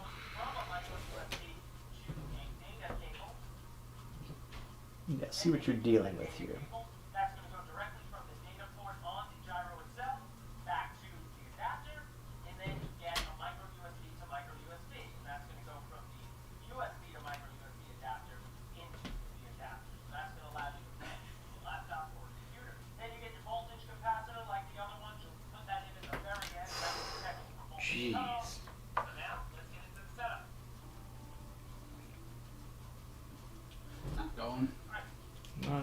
so hot. I'm curious if I just put enough big enough blob of solder and then just electrical tape it on. First things It's first, one way to you're do gonna it. wanna get the gyro hooked up. So as you can see here, I have my Mirage already bound to an Admiral 6-channel receiver. This is not the gyro one, just a basic 6-channel receiver. And first things first, I want to pull out the leads from the receiver that comes direct from the plane, the ones that I'm going to use for the gyro, which are aileron, elevator, and rudder. Let's do that. Rudder. Alright, it might be good enough now. We'll see. Throttle and my landing gear. I'm going to be using that auxiliary port, which is my 6th channel, and I'm going to use that for my bow. That's how I'm going to end up setting up everything on the switch.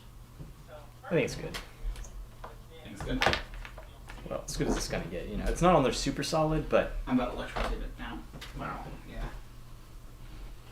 Is it worth just cutting into the wire?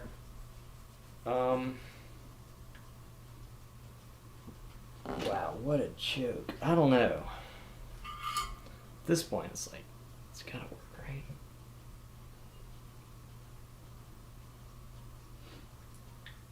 Yeah, at this point I don't mind cutting into the wire. If you just want to do that. Yeah, right. or wide. Okay. You're whining. Now it comes split where the yellow, the red, and the brown all represent different control surfaces. So for the purpose of this gyro, your yellow one is going to be your aileron. It might be worth just doing that. You thought you were so cool. Skipping the wire itself. What? Why does it not just solder straight on? Right. That one's on. For now. That one's on, and then I touched the other one and it fell off. Did you see that? Like, I literally had just gotten the red one on, and then I touched the blue one and it fell right off.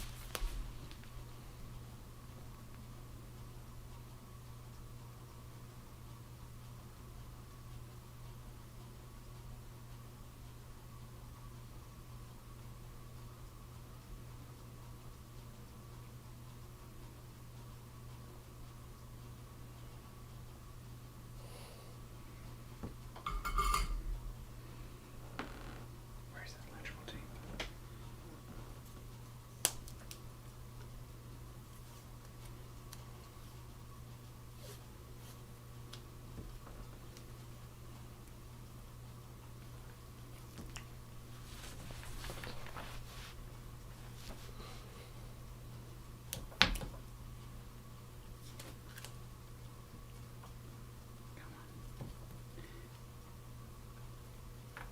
Don't move, don't move, don't move. Tape it up.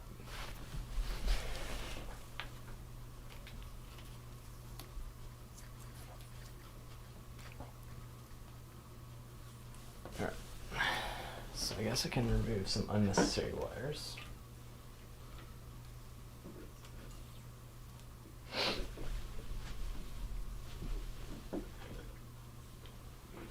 Hopefully this doesn't need like cooling air.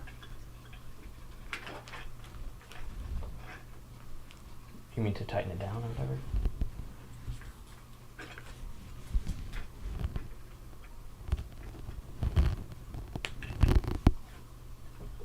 Alright.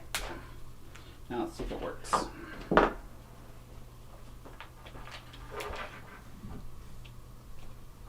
Hallelujah.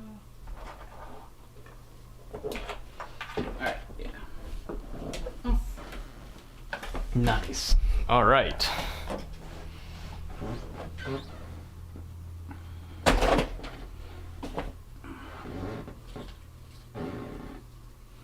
Is this mine? Yes. Not that a whole dollar of solder makes a difference.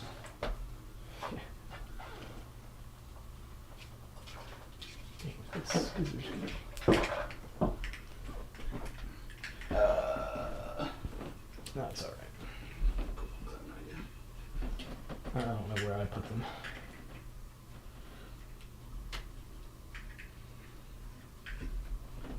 Skip.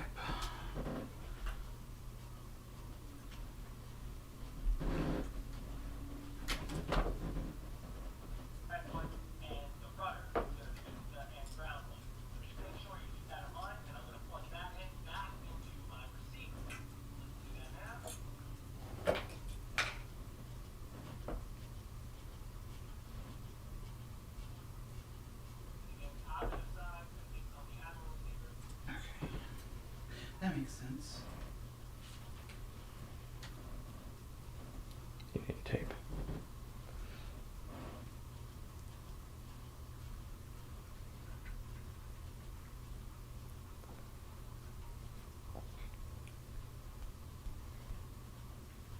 Dumb question. Yep. The minus is the ground, the plus is the positive, and the giant hill data? I think so, yeah. I think that's like simulating digital up down. Okay. But, you know, that's my very Experienced. So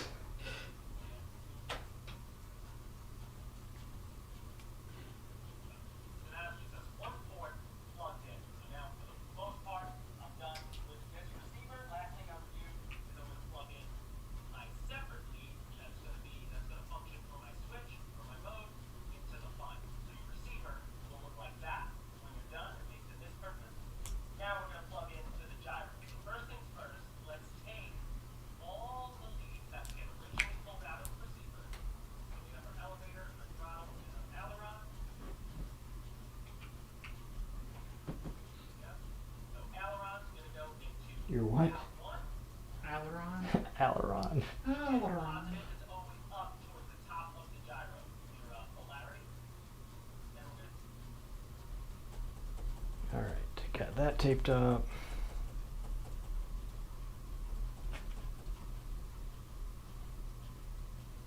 elevator. But for the most part, that'll be the remote gain. Or anything full ailerons or tools. Got everything in there, which are going to know potentiometers or pots that we could have for 5 out ports. Now that gives you the ability to plug in your aileron, your elevator, your rudder through ports 1, 2, and 3. But the outs 4 and 5 are in case you're running dual ailerons or dual elevators, and I guess you don't have a wide lead, you can program it that way as well. Then unlike the other 2 gyros you'll see at the top, instead of plugging in direct from your aircraft to the gyro, instead of plugging in separately aileron, elevator, rudder, they are broken down into one port. That middle one for AER is going to be if you just want to use aileron, elevator, and rudder. The top port says A2, E2, and G. That's going to be if you do have a plane that requires dual aileron or dual elevator. But for the most part, that'll be your remote gain.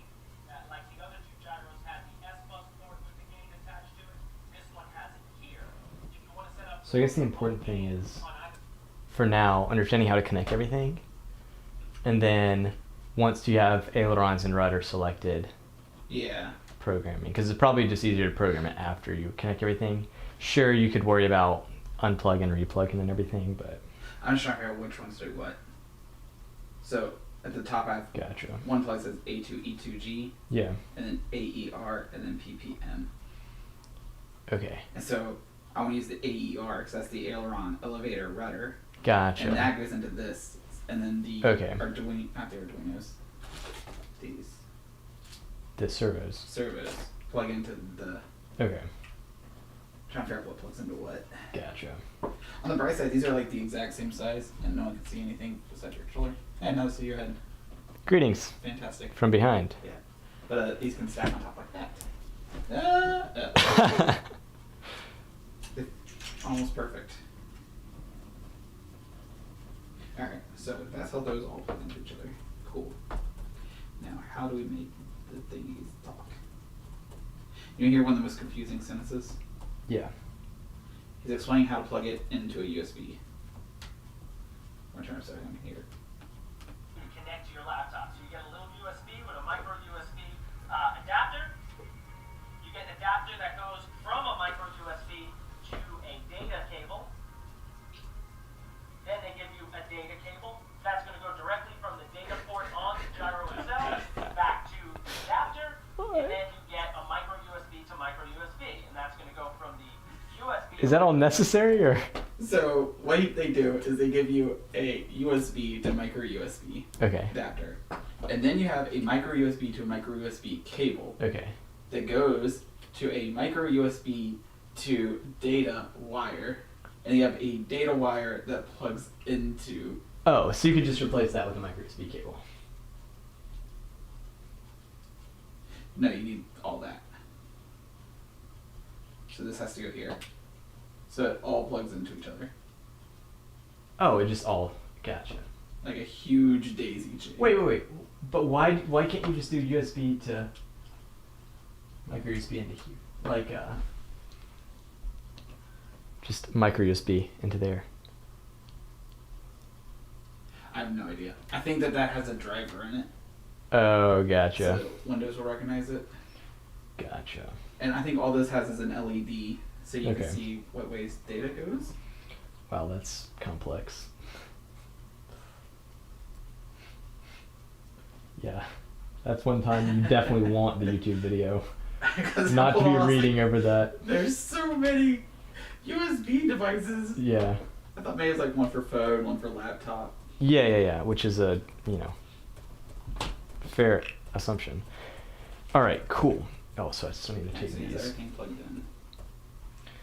I still need to take my direct 14 volt connection From? closed because that would be bad. Oh, Straight off the battery. my plane sticks. Can't fly it inside. And then we have our rudder into out 3, and I'm not using, for the purpose of this aircraft, not needing out 4 and out 5, because I don't have a dual aileron or dual elevators without a white. Now, going up to the top, we're going to take our whiting cable that's already into our receiver, and we're going to plug that into the AER slot on the gyro.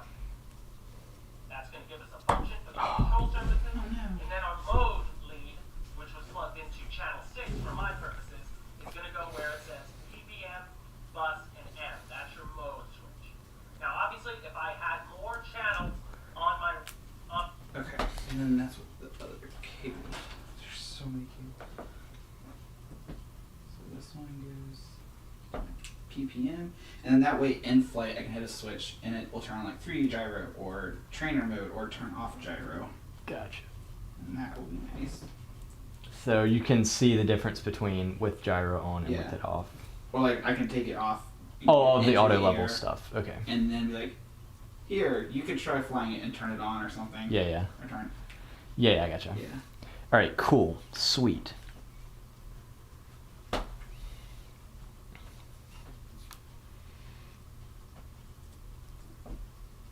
on my receiver, I would be able to use the gain port if I wanted to set up a remote gain. For the purposes of this, I don't think I need it. I'm not going to do it for this one. I just want to worry about the mode line, which is going to allow me to put all the functions I need on a 3 or 6 position switch, and the AER, which controls the elevator rudder. And now again, just for the purpose, I'm going to be mounting this here just for demonstration, but after I get it all set up, I'm going to end up burying the gyro back into the Mirage more, but you wouldn't be able to see it back there. So now, let's get it set up. So I'm curious then, if it makes a difference. If you would want the gyro as far back in the plane as you could get it, so that it would have like the most extremes of where the tail's at, Yeah. or if you would want it as in the center as you can, I feel like center's what you're going for. because in the back it seems like it would be you're More getting sensitive. more data, make Yeah. it more sensitive, but then it might overcorrect because it's a made for the Yeah. side. Yeah. I wonder if it has instructions that say. Alright, now the gyro's all hooked up, so first things first, we gotta get the software we need to tell the gyro to talk to our computer. So what you're gonna do is go to the Hobby Eagle Super 3 page, and you'll see all the tabs down here, our overview, spare parts, product Q&A, and support tab. You wanna click the support tab, and you'll see here you have product manuals, software downloads, and then some instructions and notes. I'm gonna go there.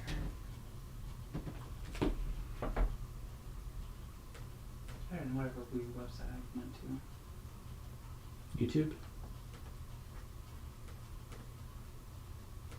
Come on. Just take this on and now I can't find it. There it is. Wow, I'm impressed by what we got done actually. We both have VTX is working. We both have The controller talking to the. the Receiver. transmitter thingy. Yeah. That was the part I was most scared of. Yeah, same. I figured the VTX we'd have to actually think about and figure out how we want to run the wire, like from power to VTX. But other than that, Right. It turns out there's not many options. setting it up is pretty standard. But yeah, it was mainly the binding to the controller. What? way was better, cutting into the wire than going into the base. Well, if it falls off, then you know. Right.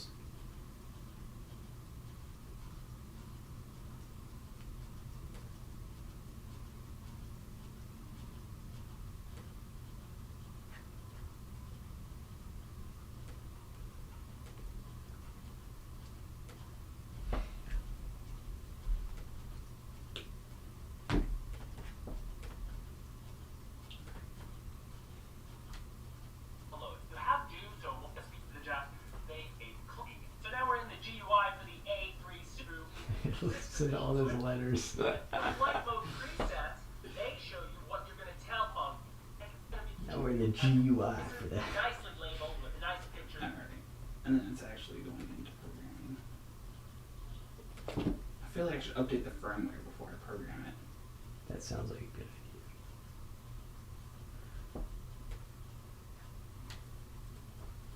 You said it's only a few years out of date, right? Yeah, right.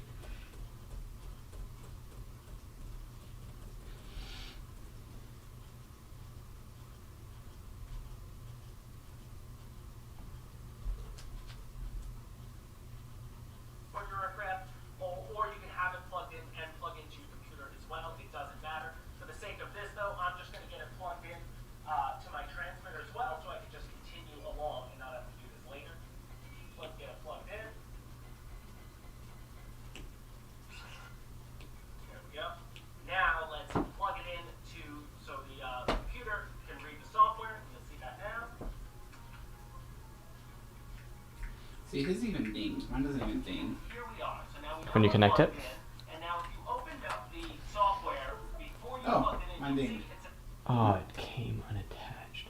What a joke. Oh god. Back on the soldering iron.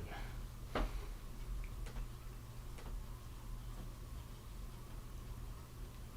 feel like it shouldn't be blue or red. Is your controller off? Oh, well, I hit read and it read all the data. Oh. So everything like auto-filled in. Alright. Adapt. Check for updates. No updates available. Does it work? It does. The gyroscope was reading. Nice. Wow, that was not as hard to set up as I expected. And like actually physically connecting it should be super easy. You, Here. Let me hang it battery real fast. We're gonna see if it can detect the servo or receiver inputs.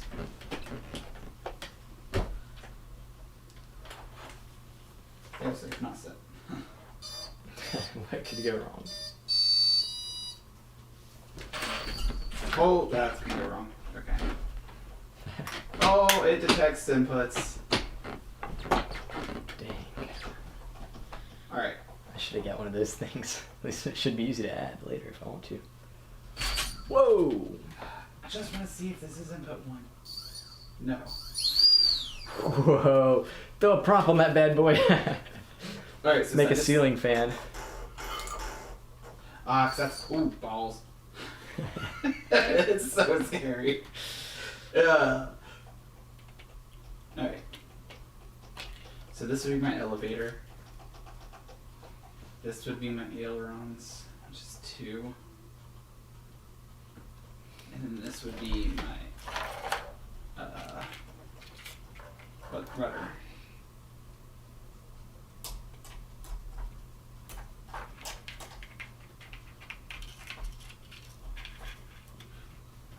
So if I move my trims, does it actually?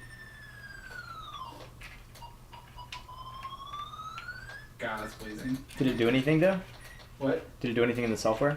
No, it didn't show like correction in the software. Yeah.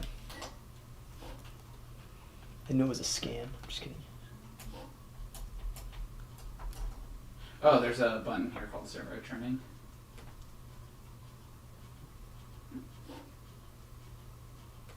Let's not do that.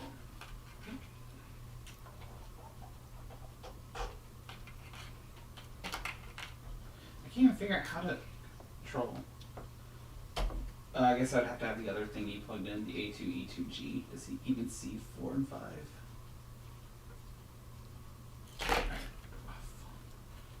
Well, that's right. I'm so excited. Aside from the actual body of the plane and everything else, we're almost there. Yeah.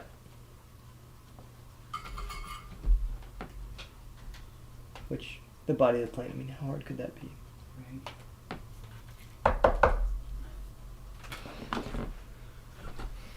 One thing I did see on a couple of the videos Yeah.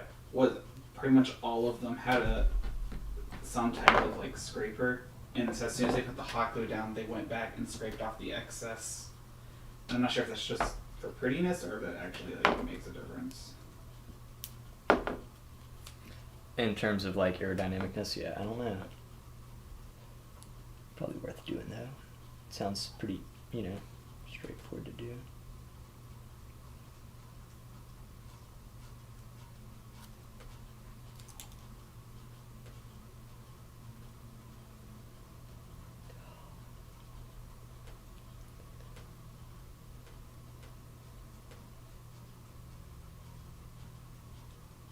This is the A3 Super 3.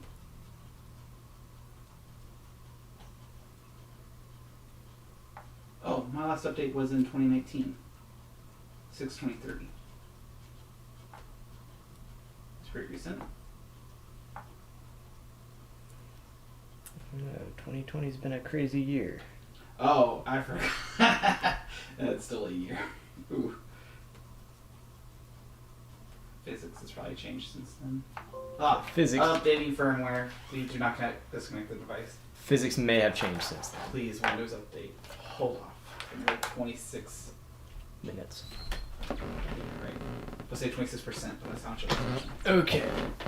So, now for the real question.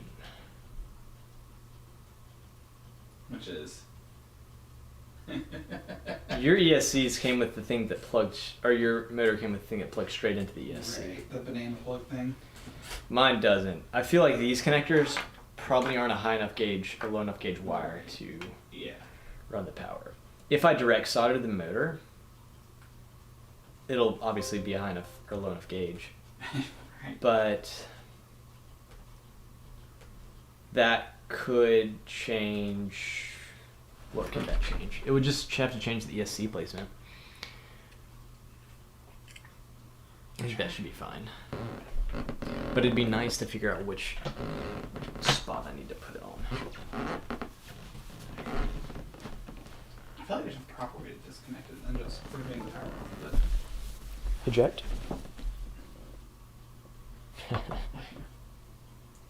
I'm trying to think if I have any more of these plug things. I feel like I had an 8-pack of I them. feel like you had them for some reason. Right? I couldn't find them yesterday. Are you talking about for this motor thing? Yeah. The only issue with that is. There's 3. But you use could, two plugs. yeah. Alright, so. They should, in theory, all be. Because the only downside is that if you, once we do get these built and you're like, sweet, now we're going to get a bigger motor. Yeah. Unless you also need a bigger ESC. Unsoldering and all that, yeah. Especially unsoldering it and then getting the bigger motor that has the plug, and you're like, well, now you got these plugs off. Have you seen my quad?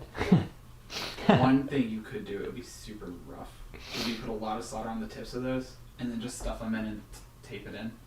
True. It's actually not the worst idea I've ever heard. Because if you stuff it in far hard What enough- does it look like on those? Like just.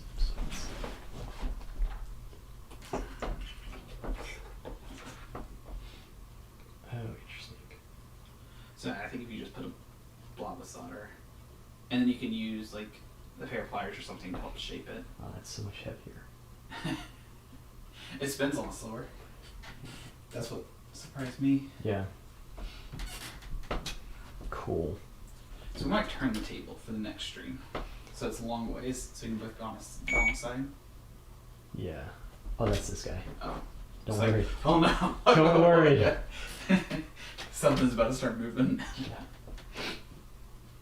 Do you have 2 batteries over there? Oh, here's one. Oh, I didn't figure out what this capacitor's for. All right, so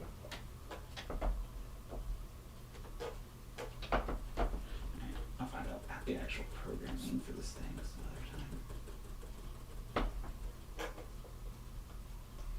nice.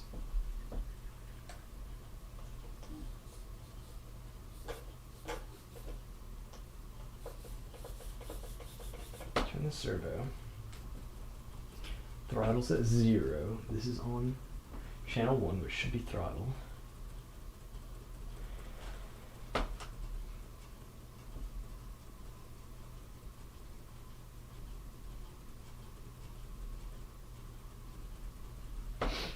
I wonder if the order that these are plugged into matters.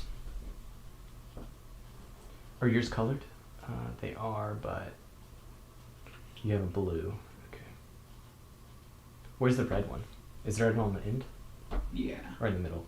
Black's in the middle. Black's in the middle, okay. But it doesn't even match the coloring of those. Yeah, that's what I was saying. So I think you just have hot cold data. Figure that out. Alright, so those are Switch, at least on your DX9. Now, lastly, before you're done, obviously you want to mount your gyro in the proper location. I wouldn't have a gyro mounted here on the Mirage. I'm going to bury it more towards the CG. But last thing, you want to plug in your voltage capacitor. Again, this is available to you to use it so that you don't lose voltage. Obviously, with all these servos are going to be getting a lot more use when you plug them into a gyro than they probably would if you didn't. So in order to prevent yourself from having a voltage cutoff, you want to plug this into any available open port on either your receiver or the gyro itself. The beauty is I have a ton of open ports on this gyro, so I'm just going to pop it in. This seems so wrong. Does he literally just plug in a capacitor? This capacitor. Just plug it in any So there you channel. have it, guys. That seems so wrong to do. Alright, well, I mean, I'm not Wow, Z, that spins like crazy. Alright, so it seems like they just probably plug into anyone. Probably. Because I think you would be able to change the ground and hot. That wouldn't make a difference. Because it would just make it spin the other way. Yeah. Yeah. I think the data is the only one that matters.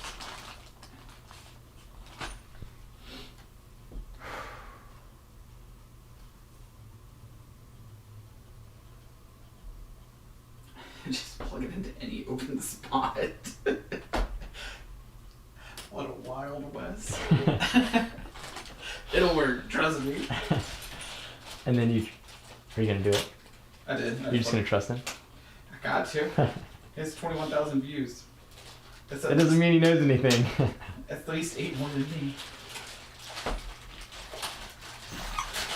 Wow, dude, this thing spins so fast. It's crazy.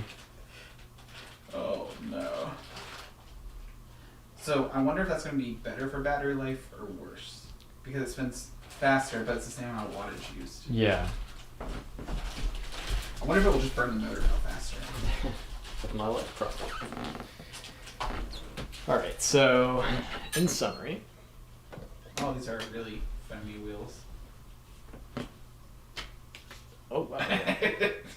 That's not what it looks. It's like play foam, not like rubber foam. That failed. That rolls so well. So, in summary, I'll have to figure something out for my motor power. I don't like the soldering blobs on the end, it's just sticking it. No, I did with my EST. Yeah. See how long that lasts? Right.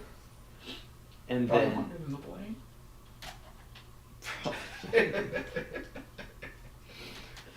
True. And then, other than that, I mean, obviously we're gonna have to plug more servos in, and then actually build the planes.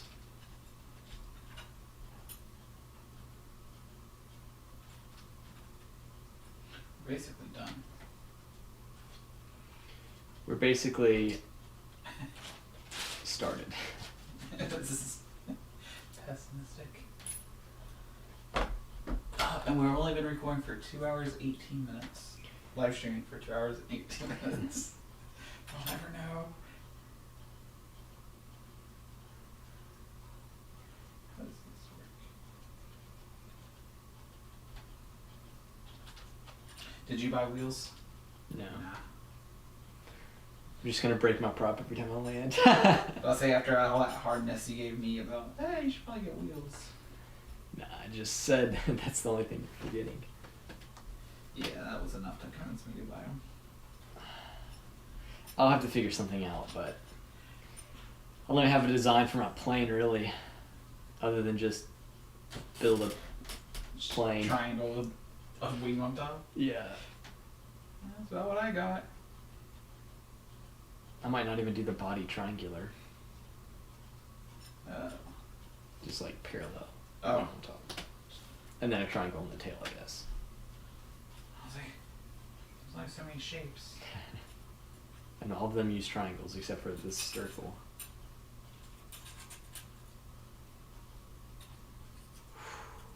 It didn't come with the Allen wrench needed to tighten and loosen these.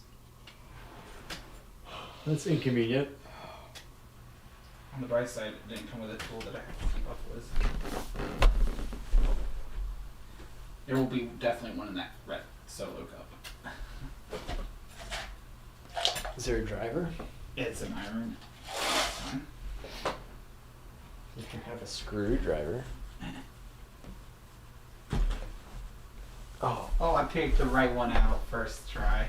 I don't believe it. You just planned it like that.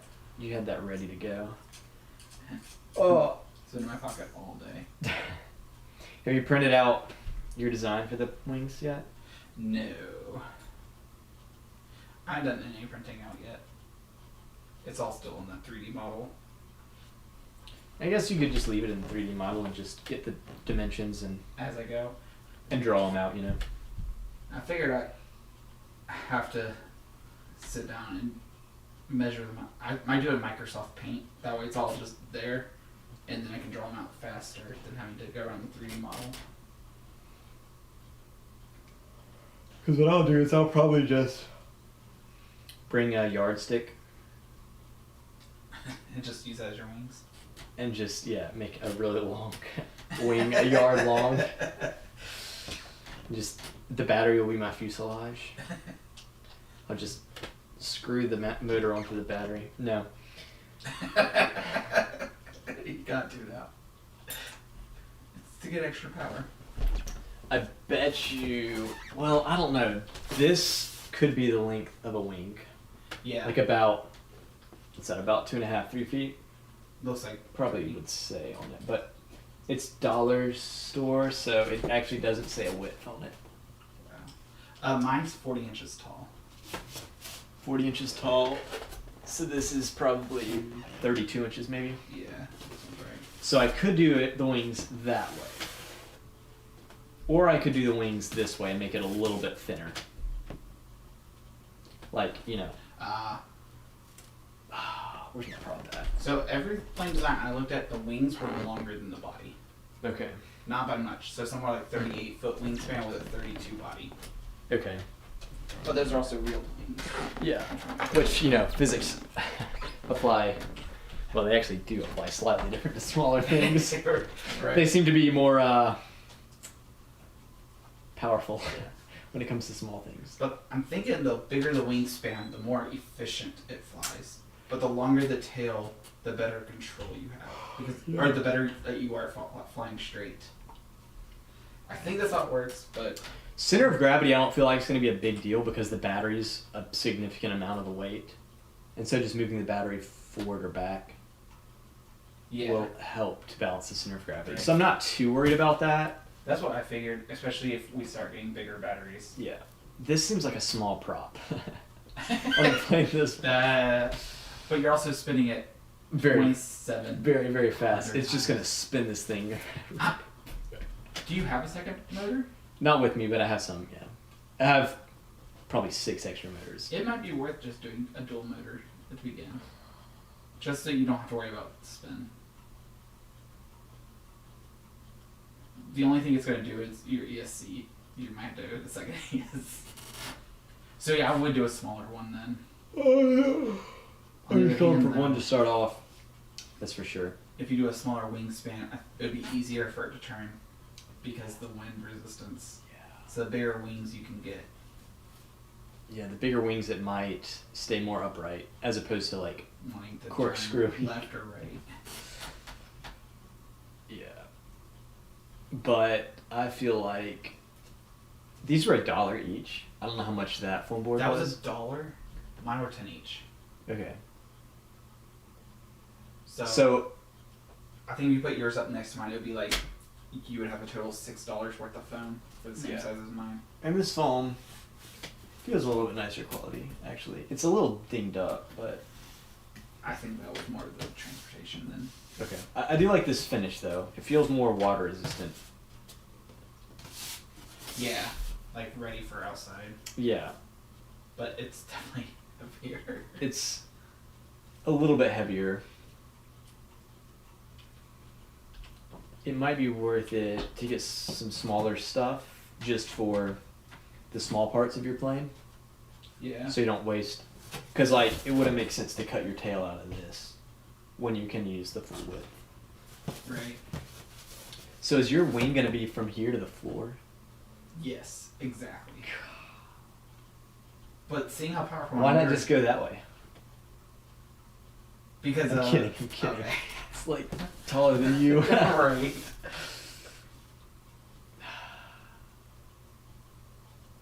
Because yeah, I definitely have extra. I have a ton of extra foam board, specifically so that I could like Smaller cut up- stuff like this, or Yeah, that. just yeah, because you have 2 of those sheets, right? Yeah. That way I could fly it once. Like this wing sucks, and just cut out another wing. Yeah. Right? Yeah. Dang, this just feels so thin, but this feels. Looking at it from the front doesn't look terrible. Especially once you look at other planes. Yeah, that's true.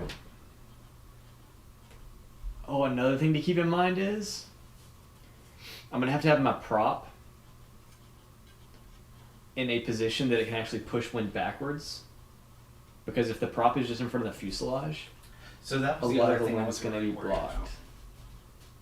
Because I needed to find out how big the battery was. Because right now my body is 3 inches thick, and I wanted to try to make it as thin as possible. Yeah. That would make sense. But then on the other hand, 3 inches on this. Can this be one of those?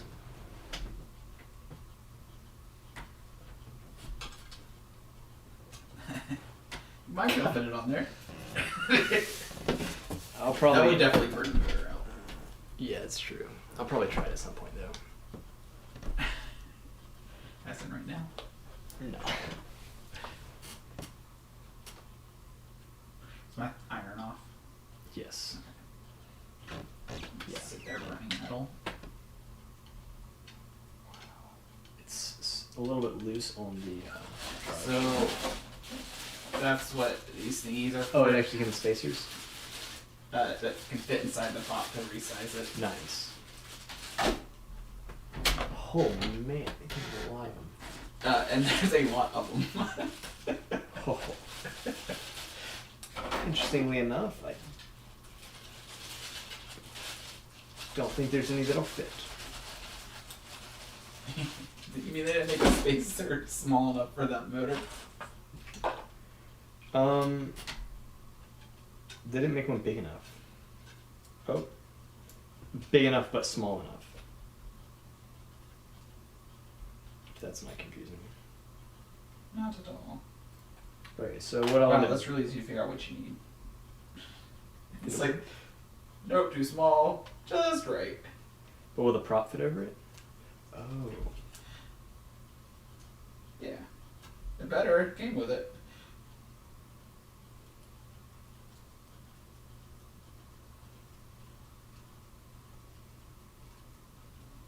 Oh wow.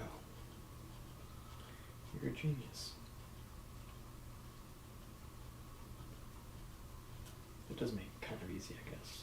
Because when I was searching for props, because you search by the length of it, by The what was the spin or other- whatever? Yeah, the quirky, Yeah. how Yeah. strong the thing is on it.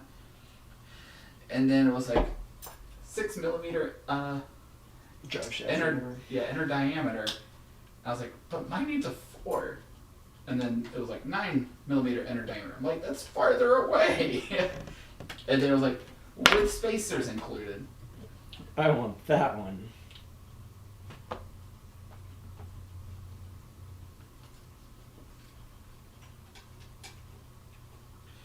I almost want to just take this outside and see how fast it spins.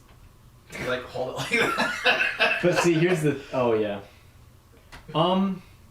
Yeah, I can hold it like. And then this would spin. Just rig out the solder. If you have the screw mounts, you could mount it to something, like a paint stirrer or something. Ah. Just to see how much pull it actually has. It'd be cool. You wanna do it? Part of me kind of wants to, yeah. Let me find where the, We can do it inside. honestly, we probably could do it on camera. Hey guys, watch this.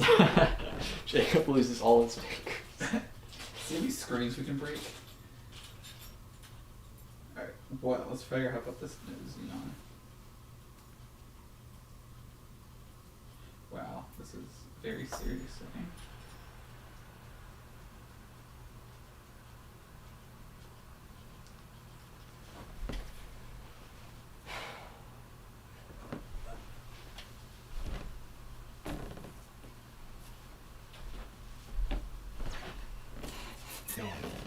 Yeah, I need to figure out what my wing to width ratio is. I really want it to be small enough to actually like fly in the yard.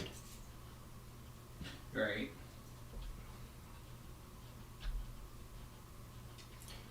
Mine's not. There's no way. No.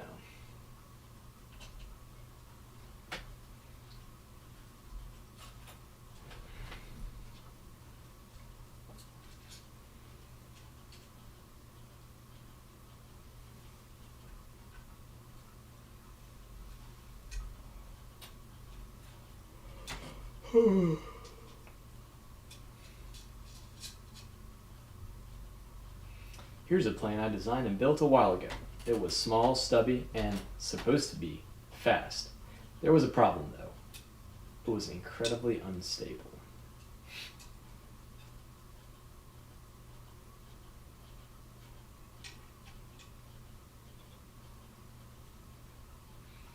I foresee us saying the same thing in not too long.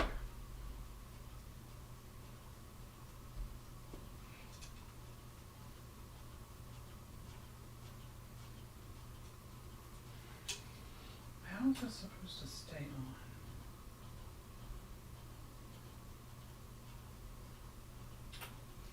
Wingspan should usually be greater than fuselage length. Increase wing area if you increase weight to keep wing loading the same. Fair enough. Dihedral, which is the slope in, slope up, / polyhedral, which I guess would be is useful for keeping you flying level. Thinner wings create less drag. Think about what a traditional glider looks like. So I think it means wings from front to back, like thin in that direction, not necessarily height or anything. Longer tails have a better longitudinal and directional stability, so in the yaw axis and I guess like that as well. Pitch. Longer wings have better lateral stability, so roll-wise. Smaller, stubbier planes are generally less stable than long, thinner planes. Alright, so I guess long and thin is the way to go. So I'll probably end up doing the long ways wings. But I'll have to bring a yardstick or something to make sure my cuts are straight. And I do think that shape of the wing is pretty important. Like the teardrop shape. Yeah. That is, I didn't even think about making straight cuts. I was like, it's easy enough to draw a straight line. Yeah. But then, yeah, we need something. From what I played around with on this piece, it was pretty easy to cut to like score it. So you see none of these went through on the back side. Oh, yeah. But they're scored really nicely. And then so what people do is they just take a hot glue gun, right? Just fill it. And then Yeah. Look at that. Pretty Wow. straightforward. Not as hard as I expected. Right. When I took the knife, I just... So I also saw people doing it the other way though. And so they would cut it like that, and then they had a right angle cutter, Yeah. and it folds in so you have a clean front. Gotcha. So they do like... 245 degrees. Yeah. And they just laid it flat and just like whoosh. Like they had like a little plastic thing that made the angle. So they're just really good. Or, you know, they had the machine that did it for them. Or the, you know... Yeah, they did basically kind of like that. I almost think I could 3D print something. Just like a 45-degree wedge. Yeah. I guess that doesn't need to be printed, but...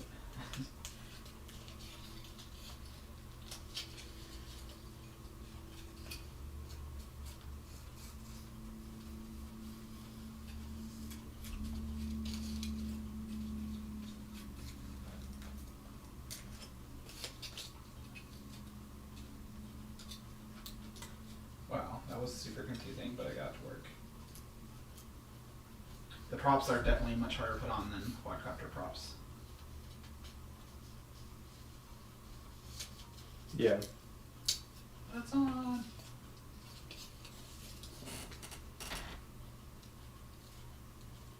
That just seems so dangerous.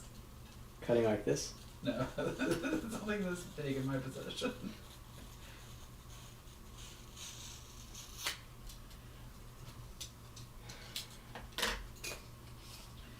Alright, let's get these bottom screws. Okay, so I mean, like, this would work.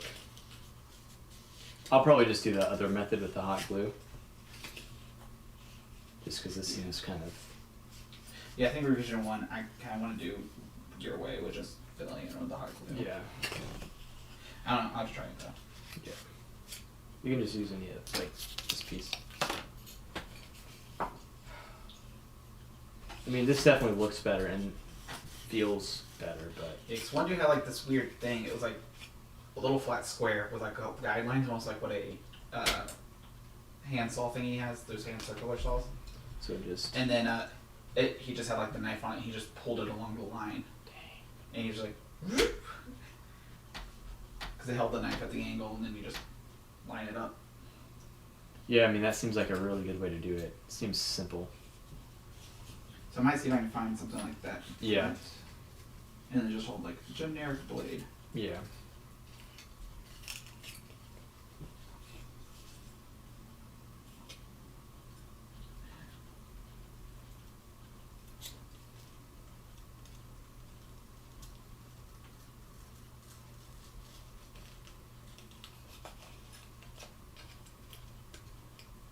So this comes with the screws for the mount, but it has no screws to mount the mount to anything.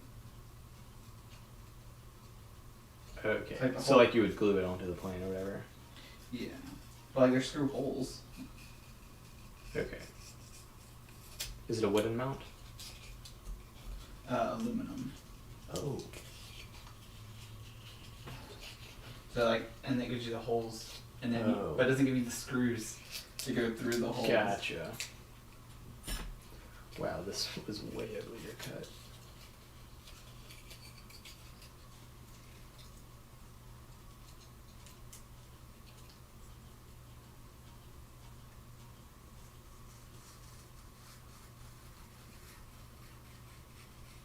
All right. Yeah, I think we just have 2 screws that we're holding on.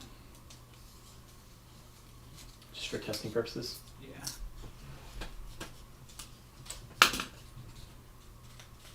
I mean, this cut looks ugly, but it still works. There's no way you can hold this hard enough. No. Yeah, I mean that's pretty much exactly what theirs look like. Yeah, one of them looks nice, the other cut looks hideous. Yeah, Definitely by hand, not the way to do it, but I can see that tool Yeah. being useful. Here's a matching video. Here's a matching video.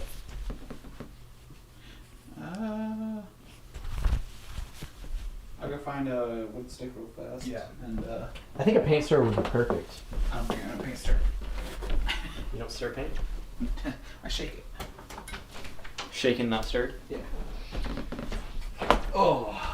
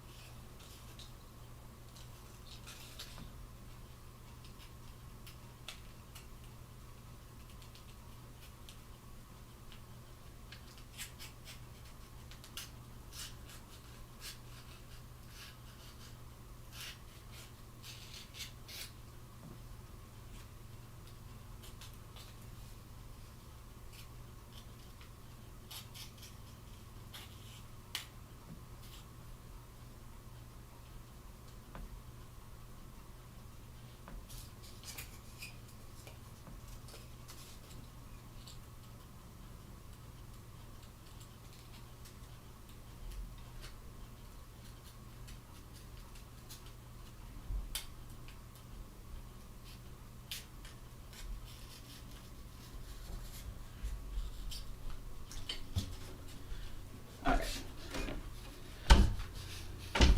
And that was the first mistake they made.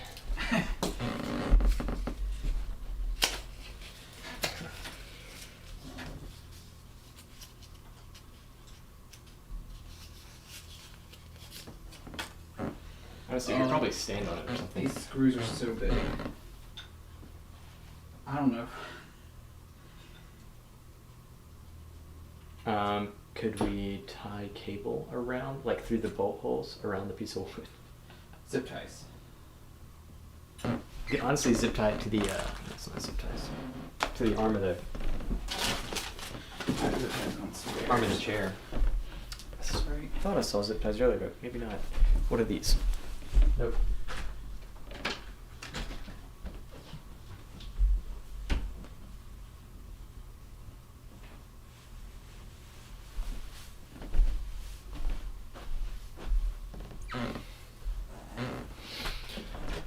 Oof.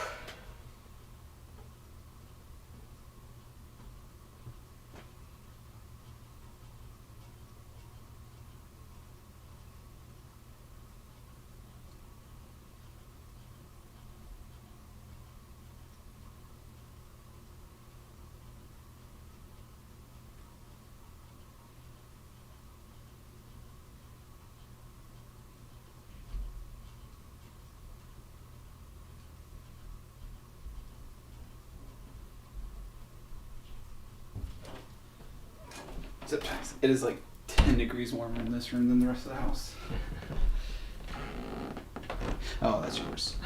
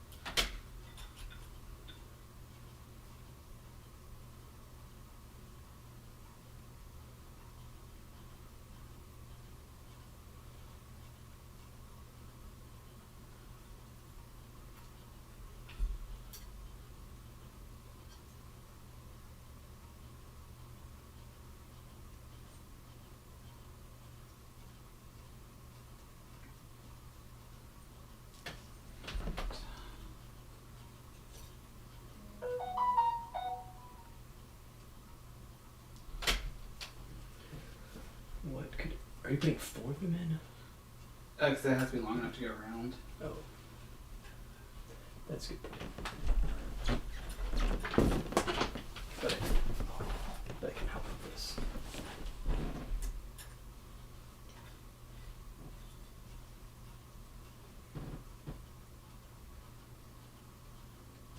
I'll let you double check it before we crank it up. Dude, this is gonna be crazy. This thing's gonna have so much power. Alright.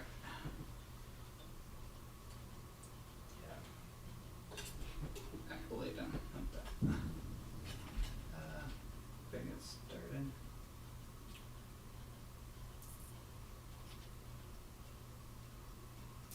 There we go. The stick coaster. I wonder if it'll do better that ways.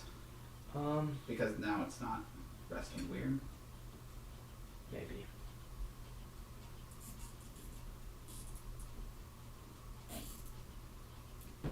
I'll check everything. Because it won't pull. I hope.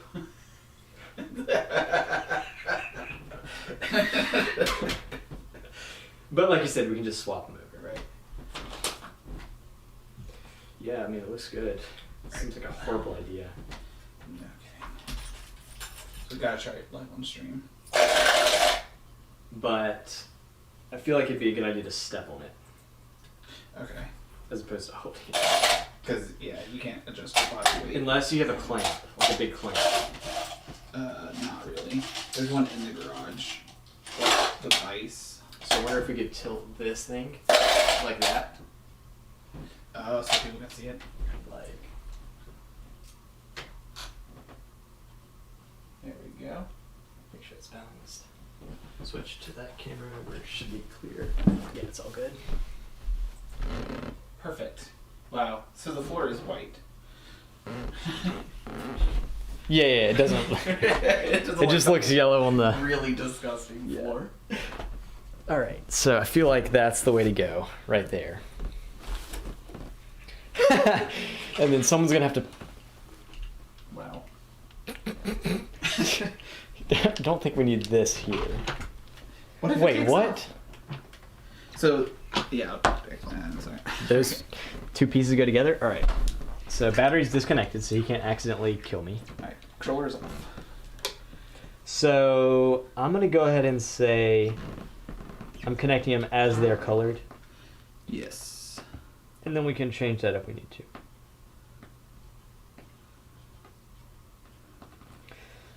All right, so those are connected.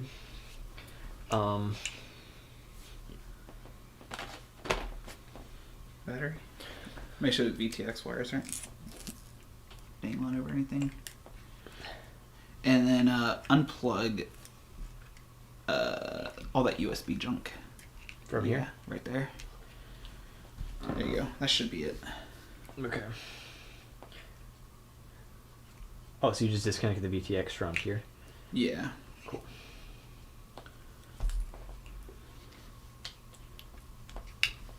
Controller is booting. All right. Failsafe warning. Alright, here we go. Alright, I'm ready. slow amount of power. I guess I wonder. Where is it? There you go. I'm gonna stay on the other side of you. That Yeah. way we can get me in camera. Watch your feet. Alright. Right there, that'll work.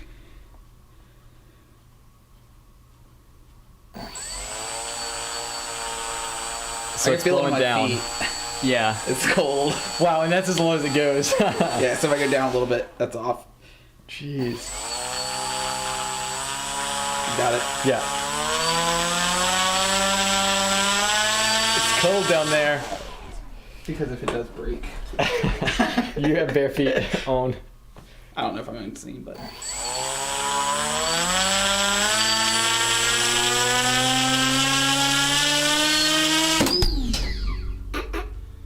Woo! Alright, I think it came unscrewed. Yeah, it did. Should get back on there and try again. So, the It only. pulled so hard. The only downside of it turning this direction. At least it didn't like shoot up, like one of those things Yeah. you rip and it Yeah. shoots up. I'm gonna go ahead and unplug the battery. Come on, I want to look right over it when you push it back on. Right. So, wow, this is way more complicated. Right, it's not like just stick on. Which Yeah, is the so- way that mine does it because I don't have this fancy adapter. So from my understanding, because then that middle thing can push out. But the middle thing's supposed to push in so tight it grabs it, I guess. Gotcha. So I might need a smaller black thingy. Because that excuse me, that can only screw on so far. Yeah. And then I had to use a little we're probably super loud on that mic. Oh, do you have to use the hex to stop the spin of the... No, I had one of these little tips to spin that nose. Can you make it stop? It doesn't spin? Oh, I have to press it on the propeller and make it stop. Gotcha. Did this come with it? No. That's just one of my bits. Okay. Gotcha. Okay, but I bet you it came with something to tighten it down, surely. No. That's literally everything that was in the bag. Okay. Oh, snap. It did come with this piece. Hmm? I don't know where it goes.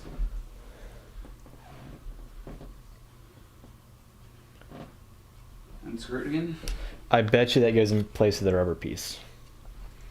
We're gonna move this back over the table so that they can see you. Like, that should work.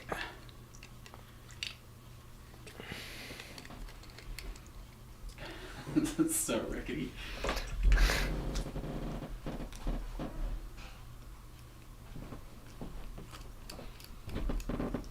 Like, I bet you that replaces, That.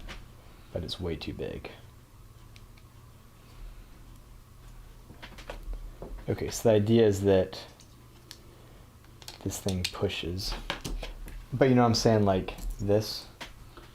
But maybe not, because that's a weird texture there.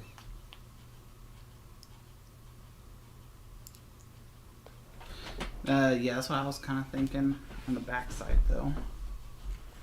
And that would keep it from all spinning. Like that? Oh. It's not long enough to be that, though. I wonder if I got the wrong size prop.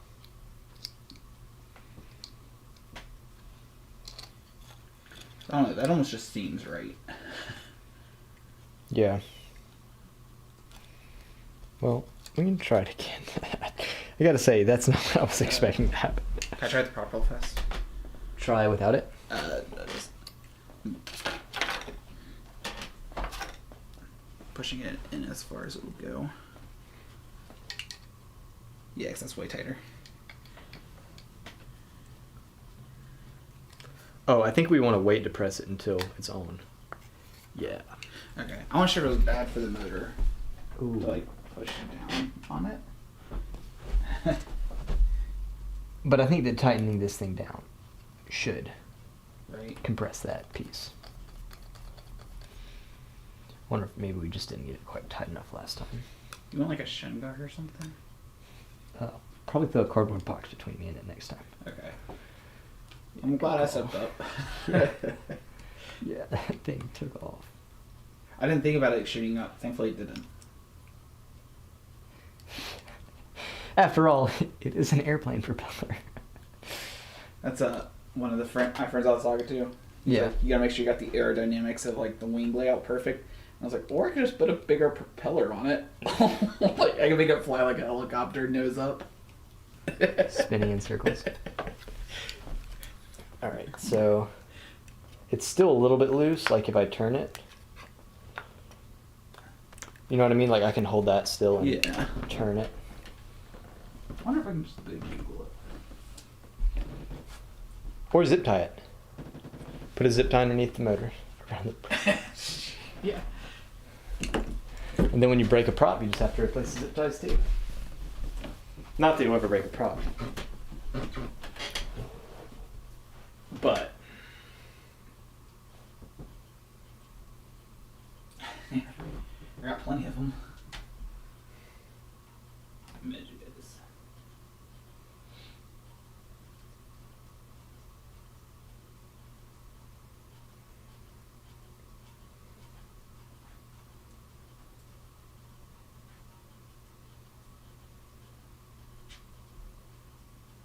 I feel like I just got the wrong size props.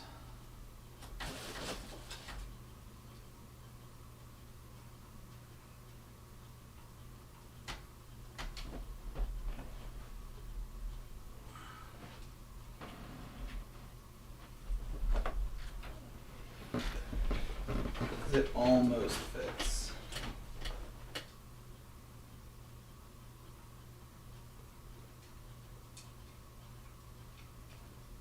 That's why I learned I need 13-inch props instead. I don't know. I feel like that's a very specific circumstance in which it popped off. Generally speaking, It when wouldn't it have that much spins pull hard. and increases that thrust, it goes forwards instead of being held onto the ground, you know. That's very true. Until I'm flying it and my prop just it's gone. We found many quadcopter props. Remember when my prop used to randomly pop off? Right. We never lost. I think I did end up losing one eventually. Try again. Yeah. Just 0 to 100 straight. No. Plug mine in. Put my quad prop on your massive thingy? boy motor, yeah. You can. No. Grab some It would stay on at least. We could actually replace this with... There's no screw threading. Oh, really? Yeah, because it's just the. That's unfortunate. metal. Well, you want to try again? Yeah. Let me get my guards. FedEx box. Should be cool off now, right?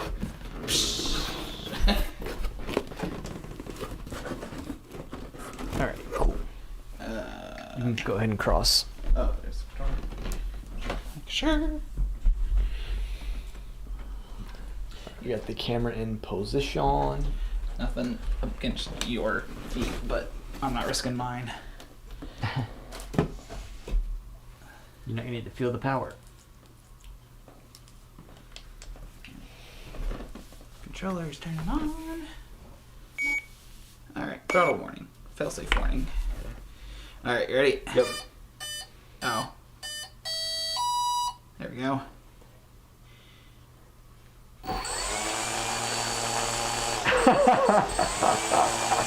Nervous? No! What happened? Oh, okay, cool.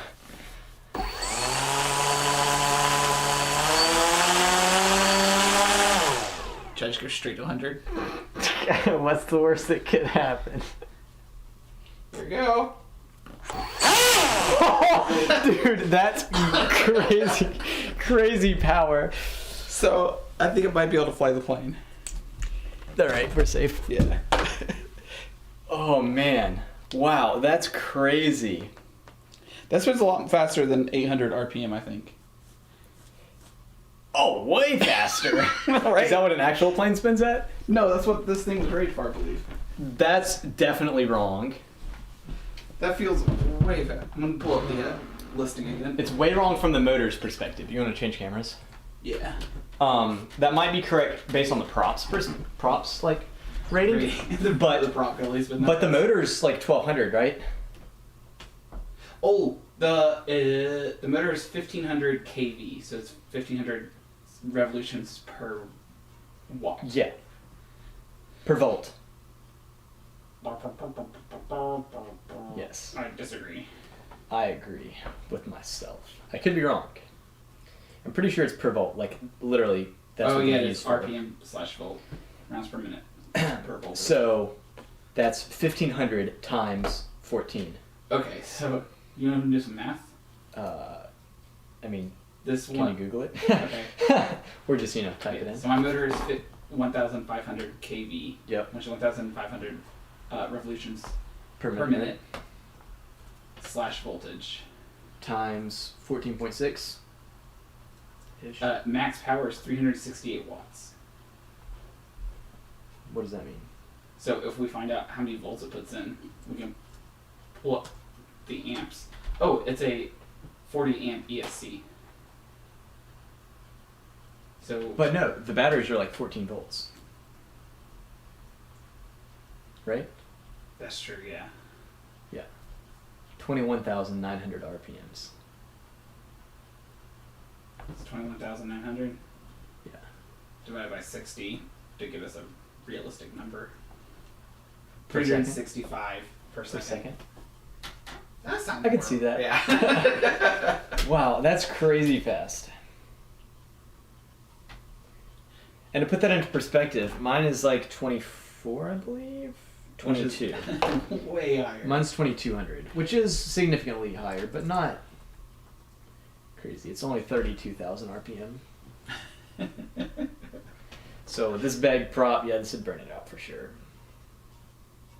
That is 32,000 divided by 60 equals Google's math machine. 533. Hey, that's a lot higher. Pretty crazy. It's nearing double. Do you remember the first time my quad took off from our back porch? It was mortifying. Yeah. Like, think of all that power. That was also the most fun part about the quads, was being 0 to 100. Yeah. It's gone. And it's in the, like, 3 doors down in their tree. Yeah, forever. Well, that makes you feel better about trying to lift a 5-pound plane. Like, it can definitely do I it. think you've got the power. NJB. Is it Justin Bieber thing? Uh-oh. No, I think you've got plenty of power. For me, I think that... I'm scared you're gonna burn out your ESC or your burn. Well, I'm not going to use this for sure. You could. No, I'm going to start with my quad prop. But yeah, the downside of that quad prop is that it's so small, yeah. But if I can make the plane really thin, like as thin Which as the you- battery. Yeah. Let's take a pull up my measuring tape.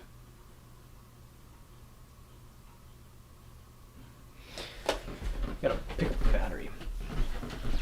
Start cleaning some of this stuff. Yeah, because I guess the thing with this is that the prop is not actually over the body of the quad, it's just over this arm. The tiny wings. So, yeah, so like most of the rotation is around open air.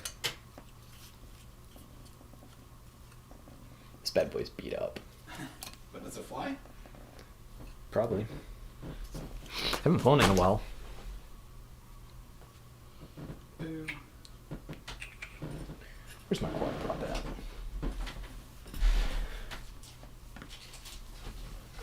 So are we wanting to try again on Sunday to actually cut stuff out?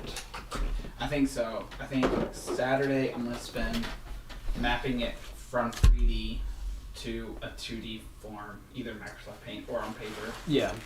or I might literally just draw it on the board. Yeah. Depends on if I do it here at work. Yeah. And then yeah, Sunday should be good. Are you doing that work at your shop for that company or? Yeah. Yes, I do. For sure. Yeah, that's fine.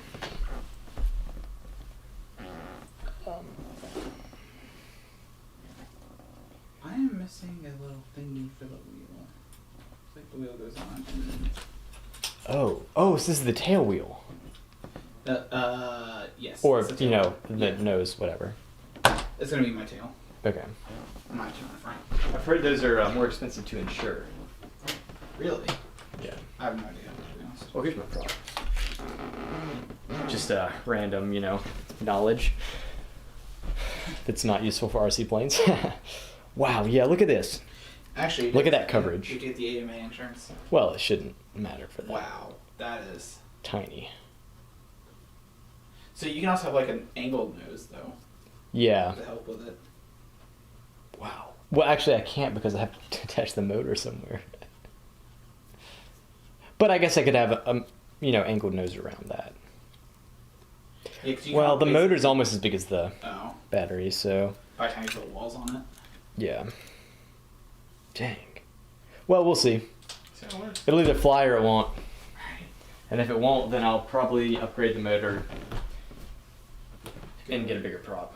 Get a real flame motor. Yeah.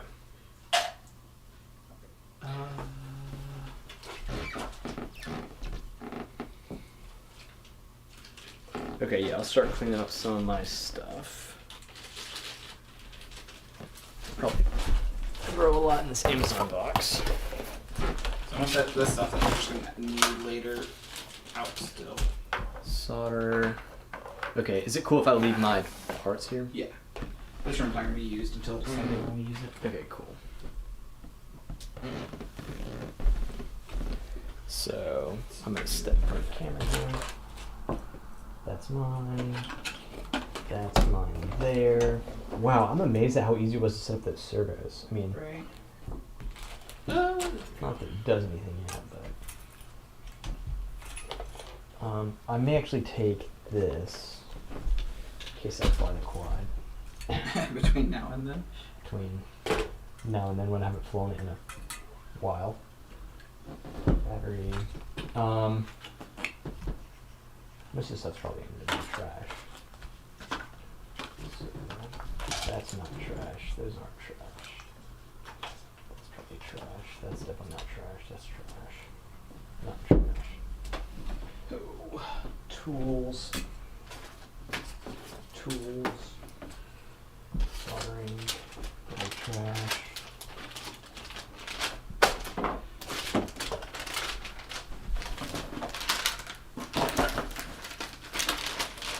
So I won't do it for this plane, Yeah. but I still have these LEDs. Oh, cool. And so I might put on revision wings. 2 for the wings. Oh, dude, I bet you can do it on this plane.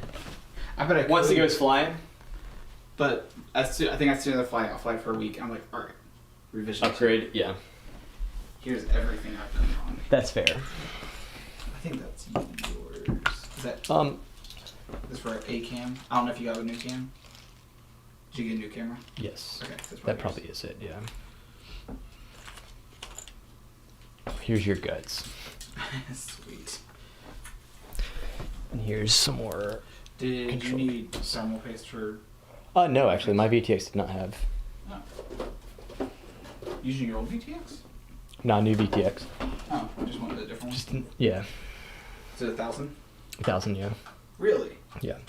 It's the same company and everything Is except it cheaper? cheaper than the one you got. Yeah. Probably. Hey Jacob, I found a cheaper one.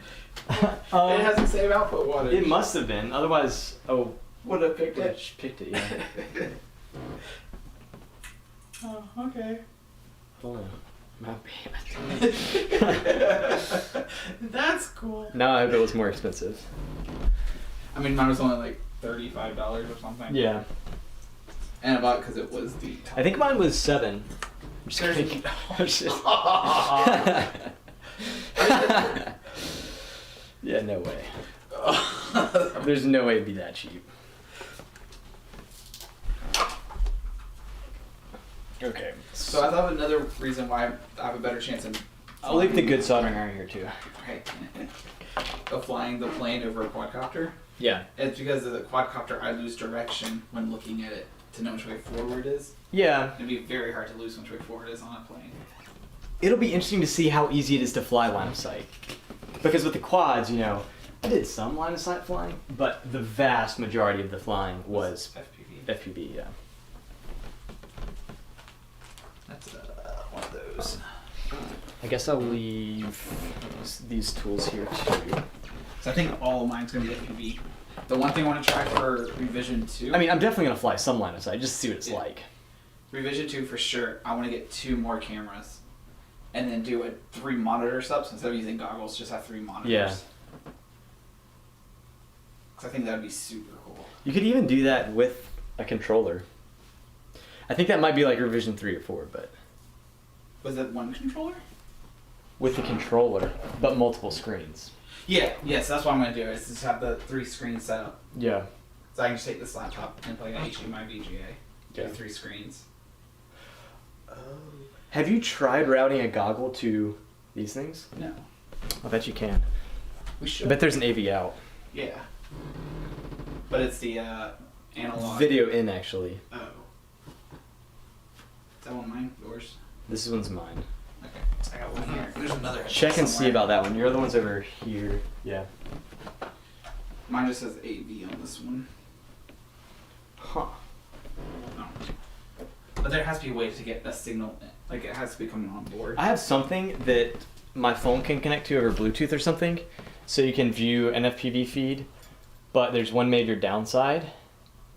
There's like 2 seconds of latency. That's unflyable. That's not doable, yeah. Maybe with that stabilization. Yeah. No, that would be unflyable, but there's got to be something that would adapt it to VTX computer. to HDMI. That's what we want. yeah. How to turn any HDMI screen into an FPV screen. Bingo, that sounds perfect. I wonder if instead of HDMI, 'cause it's a digital, if we do VGA because it's already analog. True. Yeah. There's enough VGA to HDMI connectors out there for cheap that work, so. But that's not the most complicated part.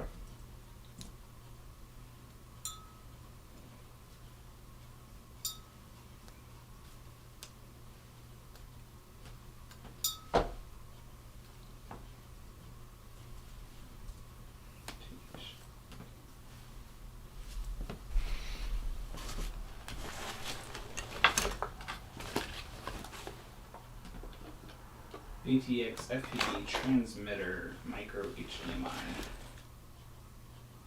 What? I want receiver.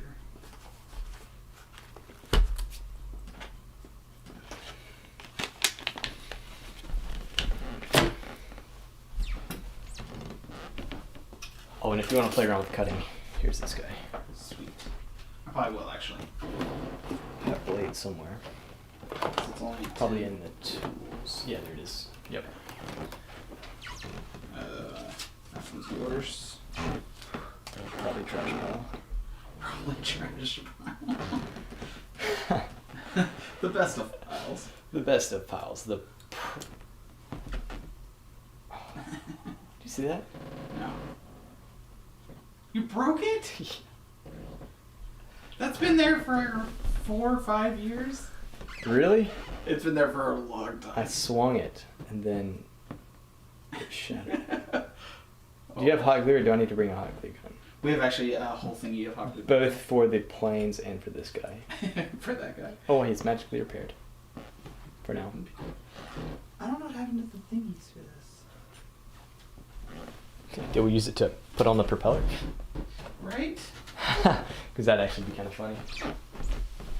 What do they look like? I bet I know what happened to them. Right. I really need them. Unless these are for that, and those aren't supposed to be up there.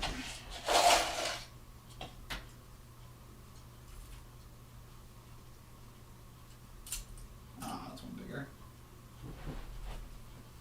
So you're just looking for the nut? Yeah. But Oh, what the heck? Rip prop. did you crush my prop? Mine prop. It's actually not crushed. Just bent.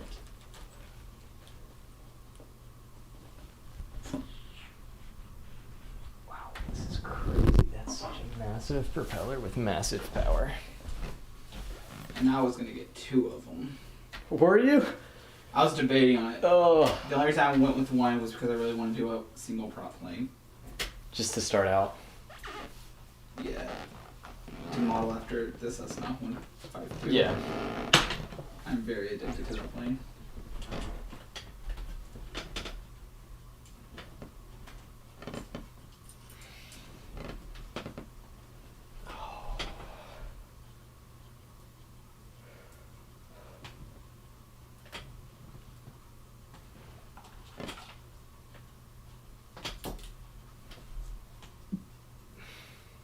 Hey, it was a thing. You threw a thing. I threw all the thing.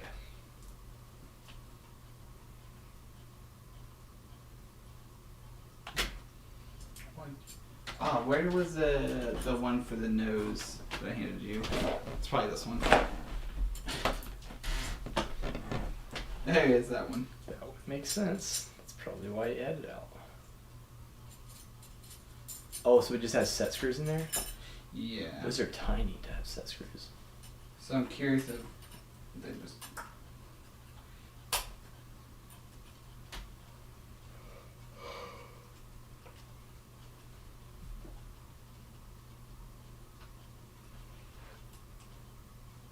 Oh, time to kill a stream. Time to kill the stream. 3 hours in. 3 hours in. So I wonder how much spring this has. Not much. Is that what that's there for? I think it's like Oh, it's to offset it so that the wheels and the center line of the wheels line off that. Oh, that makes a lot of sense. Actually. For obvious reasons. Right. This has. It's crazy. And then that little plastic part up top of your thumbs for the servo to turn the plane. For the yaw. Yeah, so it will connect to the rudder.